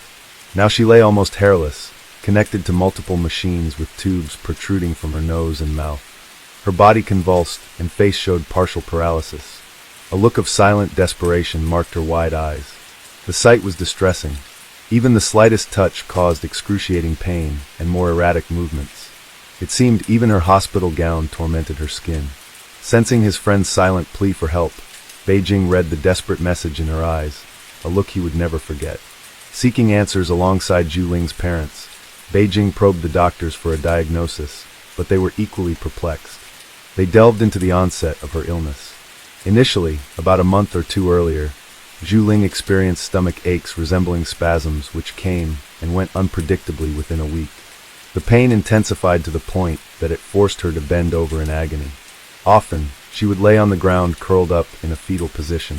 Initially, her remedy involved consuming large amounts of Chinese herbal tea. Yet, the pain escalated, eventually causing her to lose consciousness. Zhu Lingling, burdened by her demanding university schedule, delayed seeking medical attention, hoping the symptoms would subside. Then, her vision began failing intermittently, first blurring and then completely vanishing for hours. Subsequently, her hair started falling out, an especially traumatic symptom for any young woman. The situation deteriorated further, leading to her hospitalization just days before Christmas. It was her first time in hospital care. During that month, her parents remained steadfast by her side as she received treatment. The medical team tested her for arsenic and mercury poisoning. However, the results showed nothing abnormal. Intriguingly, a doctor from a different hospital recalled a similar poisoning case from the 1960s and suggested the possibility of thallium poisoning. However, Zhu Lingling denied any exposure to thallium in her studies. The hospital then reached out to Tsinghua University to investigate which chemical substances Zhu Lingling might have encountered in her capacity as a chemistry student. Despite this inquiry, her medical records revealed no exposure to chemicals that could trigger such symptoms. This left her condition an enigma to the medical staff. Remarkably, after a month, Zhu Lingling's health appeared to improve, and she requested permission to resume her studies. She was eager to sit for exams and anxious not to waste the entire semester. Her parents were adamantly opposed to her returning to university, fearing that stress was the underlying cause of illness. Yet Zhu Lingling feigned significant recovery and went back to classes in February. Unfortunately, by March, her condition had deteriorated dramatically again, resulting in readmission to the hospital, this time so debilitated that continued university attendance seemed impossible. She couldn't even speak. Zhun, disillusioned with the local medical community's inability to provide answers, took the initiative. He reached out to medical experts not just in China, but globally. Zhu Lingling's symptoms would transit various languages, and he posted these on specialized medical forums online. In less than half an hour, he received his response. Over the next few days, around 2,000 emails poured in from 18 different countries. The respondents weren't mere internet users. Many were affiliated with national medical institutions and specialized in toxicology. The consensus among almost all of them was alarming. Thallium poisoning. The symptoms pointed to a deliberate, methodical attempt to poison Zhu Ling, designed to inflict slow, excruciating agony. Thallium, a dense and highly poisonous metal, was once used in rat poisons, but has been banned in major countries including China and the USA. In the early 20th century, it was used as a lice treatment known to cause hair loss. Its array of symptoms is so vast that it often leads to misdiagnosis by doctors, and its detection is usually alarmingly delayed. Thallium doesn't leave visible marks like bruises or wounds, making it harder to spot. The poisoning unfolds in stages. Initial stomach discomfort escalates to severe pain, then trembling, headaches, insomnia, and temporary blindness. Subsequently, the victim experiences intense skin pain, akin to severe burns, where even the slightest touch feels excruciating. Clothing and bed linens become sources of torment. The final stage involves neurological symptoms, including involuntary motor disturbances, seizures, and partial or complete paralysis, culminating in cognitive decline and mental impairment. Tragically, in Zhu Ling's case, this meant a regression from a top student at China's most prestigious university to possessing the mental capacities of a 6-year-old child. V.G. Zhen, in collaboration with Zhu Ling's parents, sifted through the multitude of emails and promptly conveyed their findings to Zhu Ling's team. Yet the doctors were skeptical of the diagnosis posited by online contributors. They emphasized that detecting thallium in the body without specific tests was not feasible. Testing for thallium involved sending the patient's blood to a lab equipped for such an analysis. Moreover, they pointed out that thallium is a rare, tightly controlled substance, not easily obtainable. The doctors also mentioned that if Zhu Ling's condition was indeed due to thallium poisoning, an antidote would likely be ineffective at this advanced stage of the disease. This revelation left Zhu Ling's family and friends in shock. The pressing question then became, who would want to harm Zhu Ling? A hypothesis emerged that the intended targets might have been her parents, given their high-profile occupations. Her father was a senior engineer at the national agency, a position that could involve sensitive information. Her mother was an engineer at a prominent Chinese company. However, this line of inquiry eventually reached a dead end. The primary task was to determine how the poison entered Zhu Ling's system, especially since no one else on campus exhibited similar symptoms. This ruled out the possibility of thallium vapors, suggesting that Zhu Ling either ingested or came into direct contact with the substance. Meanwhile, during Zhu Ling's hospitalization, her personal items were mysteriously stolen from her dormitory. The stolen items included her shampoo, contact lens case, lipstick, bath soap, and even her water glass. Intriguingly, the perpetrator seemed solely interested in Zhu Ling's possessions, an unusual incident in such a prestigious university's dormitory. With no surveillance cameras on campus at that time, an investigation was imperative. Students lived in gender-specific rooms, and access to the women's dormitory was restricted to current female students of Singer University. Neither alumni nor graduate students or professors had entry into the living quarters of over 100 young female students. Police initiated a thorough investigation into over 20 vendors known to supply thallium, a substance still used in manufacturing optical lenses, electronics, and other products, scrutinizing their procurement records. They discovered that one supplier had provided alum to Singer University's chemistry department for research. The investigation revealed that only a select group within the university had access to this compound: 2 professors, 3 graduate students, and 2 senior undergraduates. Consequently, the perpetrator likely had a role in thallium-based experiments and had the opportunity to take personal items from Zhu Ling's room. As the investigation progressed, the professors and graduate students were quickly excluded as suspects due to their lack of access to the women's dormitory. This narrowed suspicion to the 2 senior students, 1 male and 1 female. Since the male student couldn't have entered the female residence area, suspicion fell on the female student. Astonishingly, this student was none other than Sun Wei, also known as Sunny. She was not only Zhu Ling's best friend and roommate, but now the prime suspect in her attempted murder. The situation posed a baffling question. Why would Sunny, with a bright future ahead, risk everything in such a serious manner? Acquaintances of both young women mentioned that Zhu Ling had recently triumphed over Sunny in the student elections. Sunny was not known for gracefully. She possessed an argumentative nature and had deceived her closest companion on several occasions. As Zhu Ling advanced and received greater acclaim, Sunny grew progressively more agitated. Zhu Ling's individual performance at the Beijing Philharmonic served as a catalyst for tension in their relationship. Zhu Ling was attractive, highly skilled, and esteemed by both peers and faculty members alike. This probably fueled Sunny's jealousy even more. Sun Wei was questioned for 8 hours straight before her parents came to take her home. Her family had significant influence at Tsinghua University. Her father played a key role in the Democratic Revolutionary Committee, and her grandfather was a former vice chairman. Many of her relatives held positions in government or academic roles at top state universities. Consequently, Zhu Ling's case remained unresolved for quite some time. Sun Wei, one of the primary individuals associated with the incident, maintained her innocence.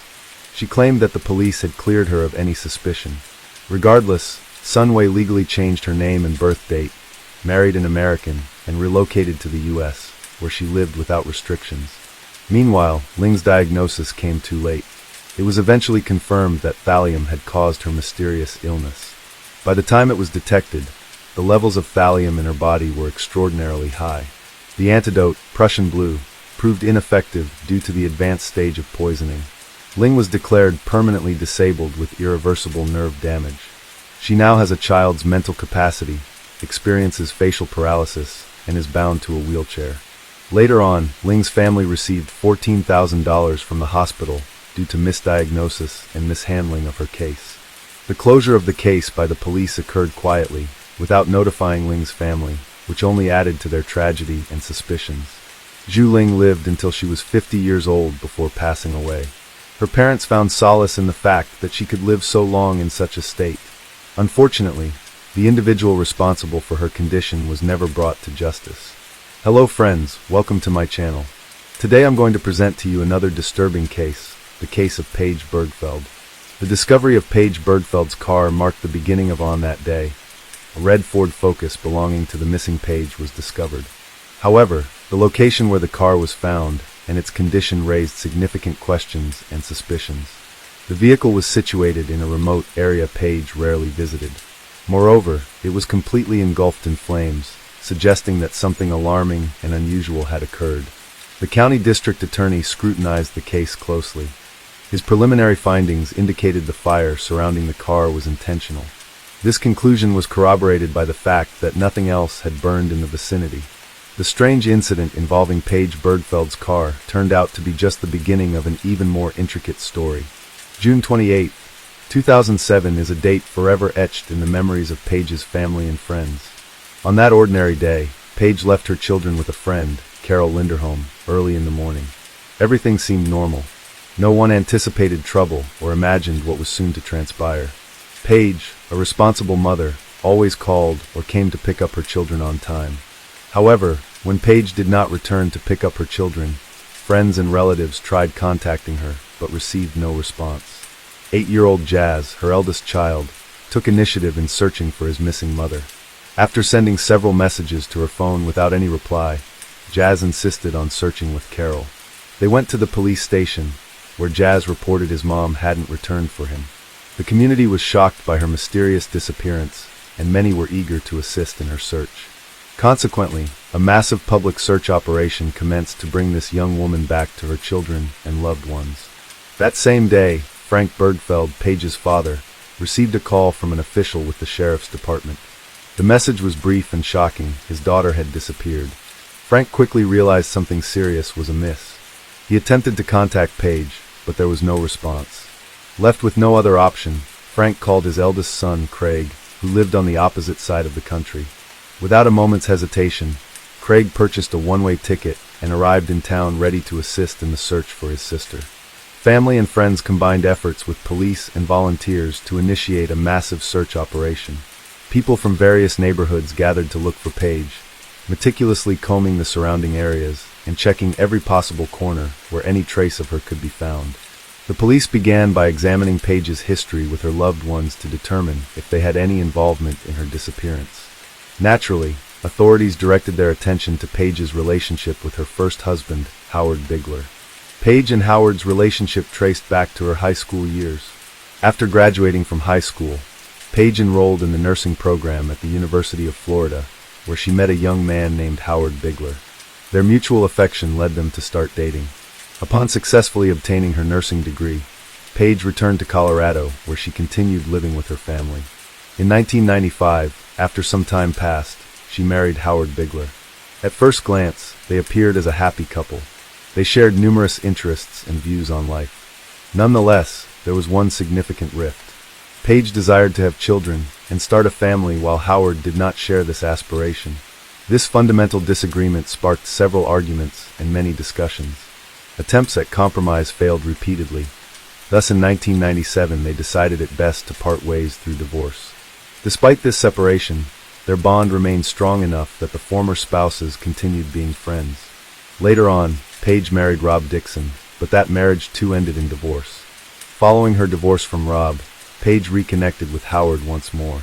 Howard claimed he was among the last individuals to see Paige alive on the 28th of that month. They met up in Eagle County, Colorado. It was due to personal business. There, they spent Thursday together. The former spouses then returned to their cities. Howard confirmed that they continued to communicate by phone after the meeting. Upon learning of Paige's disappearance, Howard immediately contacted emergency services. While speaking to the operator, he expressed his concern and belief that something terrible had happened to Paige. The phone recording was corroborated by cell tower data, showing that the day Paige disappeared, Howard was in the Denver, Colorado area, which is several hours away from where she vanished. This gave police officers reason to remove Howard from the list of suspects. Police began to examine Paige's relationship with her second husband, Rob Dixon, and quickly uncovered many events that raised questions and warranted further investigation. It turned out that during their marriage, Paige had reported Rob to the police twice for harassment. After her divorce from her first husband, Paige took a job at a strip club in Denver, where she met Rob Dixon. The man was wealthy and had inherited a large fortune through his family's business. Having fallen in love with each other, Paige and Rob did not hesitate and entered into marriage in 1998. The family settled in a luxurious home in Colorado, where Paige fulfilled her dream of becoming a mother.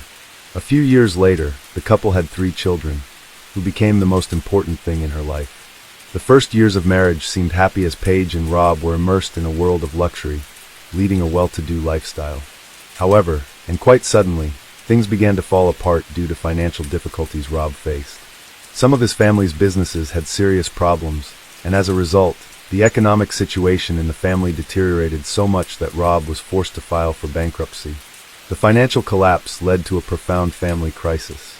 By 2004, tensions had escalated, so that Paige contacted emergency services twice. The first time, she reported that Rob had threatened to kill her and their children, but the time the police arrived, both claimed to have resolved their issues on their own. A year later, another incident occurred that was markedly different. Paige reported Rob for assault, claiming he hit her while she was holding their youngest child. This time, Rob was arrested and charged with third-degree assault. He eventually pleaded guilty to 1 count of molestation, but the trial was dismissed and Rob avoided jail time. The relationship between husband and wife continued deteriorating, leading them to separate. Rob subsequently moved to Pennsylvania. Investigators interviewed him to establish his alibi for the day Paige disappeared. Rob asserted he was at home and could not have harmed Paige. Despite the separation, Rob joined the search effort and was very active in trying to find Paige. Investigating officers left no stone unturned in their quest to uncover clues that might unravel this mysterious case and locate the missing mother.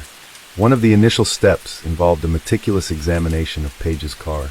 Since arson is often used to destroy potential evidence, experts thoroughly inspected the vehicle and discovered valuable information. For instance, the driver's seat had been pushed back as far as it would go, suggesting that a tall man had driven it last. Given Paige's shorter stature, she couldn't have reached the pedals from that position. In addition, they found Paige's notebook in the trunk of the car, with several pages torn out, covering June 26th through June 29th. A few days after a burning car was discovered, a driver stopped on a highway southeast of town due to tire problems. A nearby checkbook caught his eye. He promptly reported it to the authorities.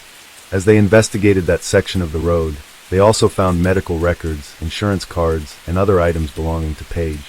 Sergeant Weiler noticed that several pages from the checkbook had been torn out, and the items were scattered over a considerable distance. Most significantly, a business card found at the scene became key to revisiting the investigation. It was revealed that Paige led a secret life unknown to her loved ones. The business card indicated she worked to carry. This discovery challenged all previous assumptions about Paige Burkfeldt's disappearance. From that point forward, police officers faced previously unimaginable circumstances. After her divorce, Paige realized she needed to work hard and earn enough to provide for her children and meet their needs. She's starting a children's clothing business, while simultaneously teaching dance lessons and selling kitchen supplies at a company. Despite her busy schedule, Paige always made time for her children, attended parent-teacher association meetings, and stayed active in school groups. However, this new discovery by the police upended everything known before. It turned out she had been living a completely secret life with another phone used exclusively for professional activities related to her job as an escort. This phone became essential in unraveling the complex mystery that even Paige's close friends and family couldn't have imagined. Investigators were now faced with many questions. Why did such a devoted mother and successful businesswoman decide to live this double life? How was this secret profession connected to her disappearance? All these queries became priority in the investigation, adding layers of complexity and intrigue. Using the cell phone found in Paige's car, detectives accessed a list of contacts and calls made and received in the hours leading up to her disappearance. The last call from that phone was made on June 28th around 9 p.m. After analyzing this information, 7 individuals were identified as suspects. One of them was Lester Ralph Jones. Investigators paid special attention to Jones due to his criminal history, which included violence against women and kidnapping. For one incident, he served 5 years in prison. But that wasn't that alerted the police. A white car, matching the description given by Carol Paige's friend, also raised suspicions. Carol shared crucial details with detectives. She recounted a day when Paige approached her car and noticed another white car blocking her driveway. Annoyed, she got behind the wheel to maneuver out, but ended up colliding with the other vehicle. The unknown driver immediately fled the scene. With this information, investigators speculated that Lester might have been obsessed with Paige and possibly following her. Further digging revealed that Lester Jones had tried to schedule an appointment with Paige the day before she disappeared. When questioned, Lester denied knowing anything about Paige's disappearance and provided fingerprints and DNA samples. However, many suspicious items were found in his home. A disposable cell phone, men's wigs, a sheet with an escort services phone number, and women's lingerie in various sizes. Particular attention was given to the disposable cell phone found at Lester's residence. Analysis of call records from Paige's cell phone indicated that on the day she went missing, someone tried contacting her multiple times from an unregistered number. When questioned further, Lester claimed he didn't own a second cell phone, indicating he lied to police. Police determined that the phone had been purchased at a supermarket on North Avenue. Store video footage confirmed Lester was indeed the purchaser of that disposable cell phone. When he was shown the video footage, he refused to acknowledge that was him. As a result of all this, Lester Jones became the prime suspect in Paige's disappearance. With no concrete evidence pointing to his guilt, the police to follow him and attempted to find Paige's body in order to have enough evidence to press charges. The case was put on hold for several years. Meanwhile, the young woman's family and loved ones were at a loss for grief. No one knew what had happened to the young mother, and the search seemed hopeless. As time went on, the hope that Paige would be found alive was dwindling. That all changed in 2012, when a hiker accidentally stumbled upon human remains in a ravine among rocks and bushes in Delta County. The find was discovered very close to the road, where Paige's personal belongings had been found 5 years earlier. Experts who arrived on the scene were almost certain that it was the body of the young mother. The experts ran a DNA test, and the results confirmed that it was Paige. She was found, but it was a grisly end to her story. The exact cause of death could not be determined due to the condition of the body. However, it was found that Paige had been struck many times, as several of her bones were broken, particularly the bones in her face. As a result, it was determined that she died from injuries sustained during the beating. This information added to the horrific drama of the story. Paige's body was underground, and due to years of soil erosion, ended up on the surface. This may explain why she was not discovered earlier. Lester Ralph Jones' case came to a halt for several years after Paige's remains were discovered. In November 2014, he was charged with kidnapping, first-degree murder, and second-degree murder. However, the trial didn't begin until July 2016 and lasted 22 days. Prosecutors argued that Lester, who already had a history of violence against women, was frustrated at not being able to see Paige after trying to get an appointment with her. The main witness for the prosecution was Lester's ex-wife, Lisa. She recounted how he kidnapped and threatened to kill her at gunpoint in the late 1990s. Lisa Lester found it difficult to come to terms with her decision to end the relationship on multiple occasions. Once, he attacked the couple gun in hand. Tragically, Lisa's partner was shot in the head. A month later, Lester threatened her again, telling her she might end up at the bottom of a lake. Fortunately, Lisa managed to escape and contacted the police. This led to Lester's arrest on charges of kidnapping and assault. Lester's defense attorneys contended that the police had detained an innocent man. They suggested that other clients of Paige could have had motives for the crime. However, they did not present convincing evidence linking others to the murder. Lester's current spouse also testified before the jury. Despite knowing he used an escort service, she did not abandon him because of her faith. Nonetheless, she didn't provide him an alibi, and even identified him from a surveillance video at a supermarket where he bought a disposable phone on September 9, 2016. The jury couldn't reach a unanimous verdict in the first trial, leading it to be declared a mistrial. However, the district attorney was firm in believing Lester's guilt and didn't give up. Over several days, he diligently re-examined all evidence. On November 21, 2016, after thoroughly reviewing all of it, the jury reached a verdict. Lester was found guilty of all charges related to Paige's death. The judge sentenced him to life in prison without parole. Although the defense appealed this sentence, an appeals court panel upheld it in June 2022 and confirmed Lester's guilt. Paige's final farewell took place on April 28, 2012. Her obituary described her as a beautiful and radiant woman whose smile could be compared to the sun. Her tragic loss deeply affected her family and friends. Her 3 children were orphaned and lost their main support and encouragement. Paige's case drew public attention and lasted many years. Nevertheless, law enforcement and relatives persevered tirelessly until justice was finally served. Lester Ralph Jones was found guilty and sentenced to life in prison without parole. Now he won't be able to harm anyone else. Paige's story underscores why it's vital to fight for justice, regardless of how long it takes or how much effort is required. Her memory will forever linger in the hearts of those who knew and loved her.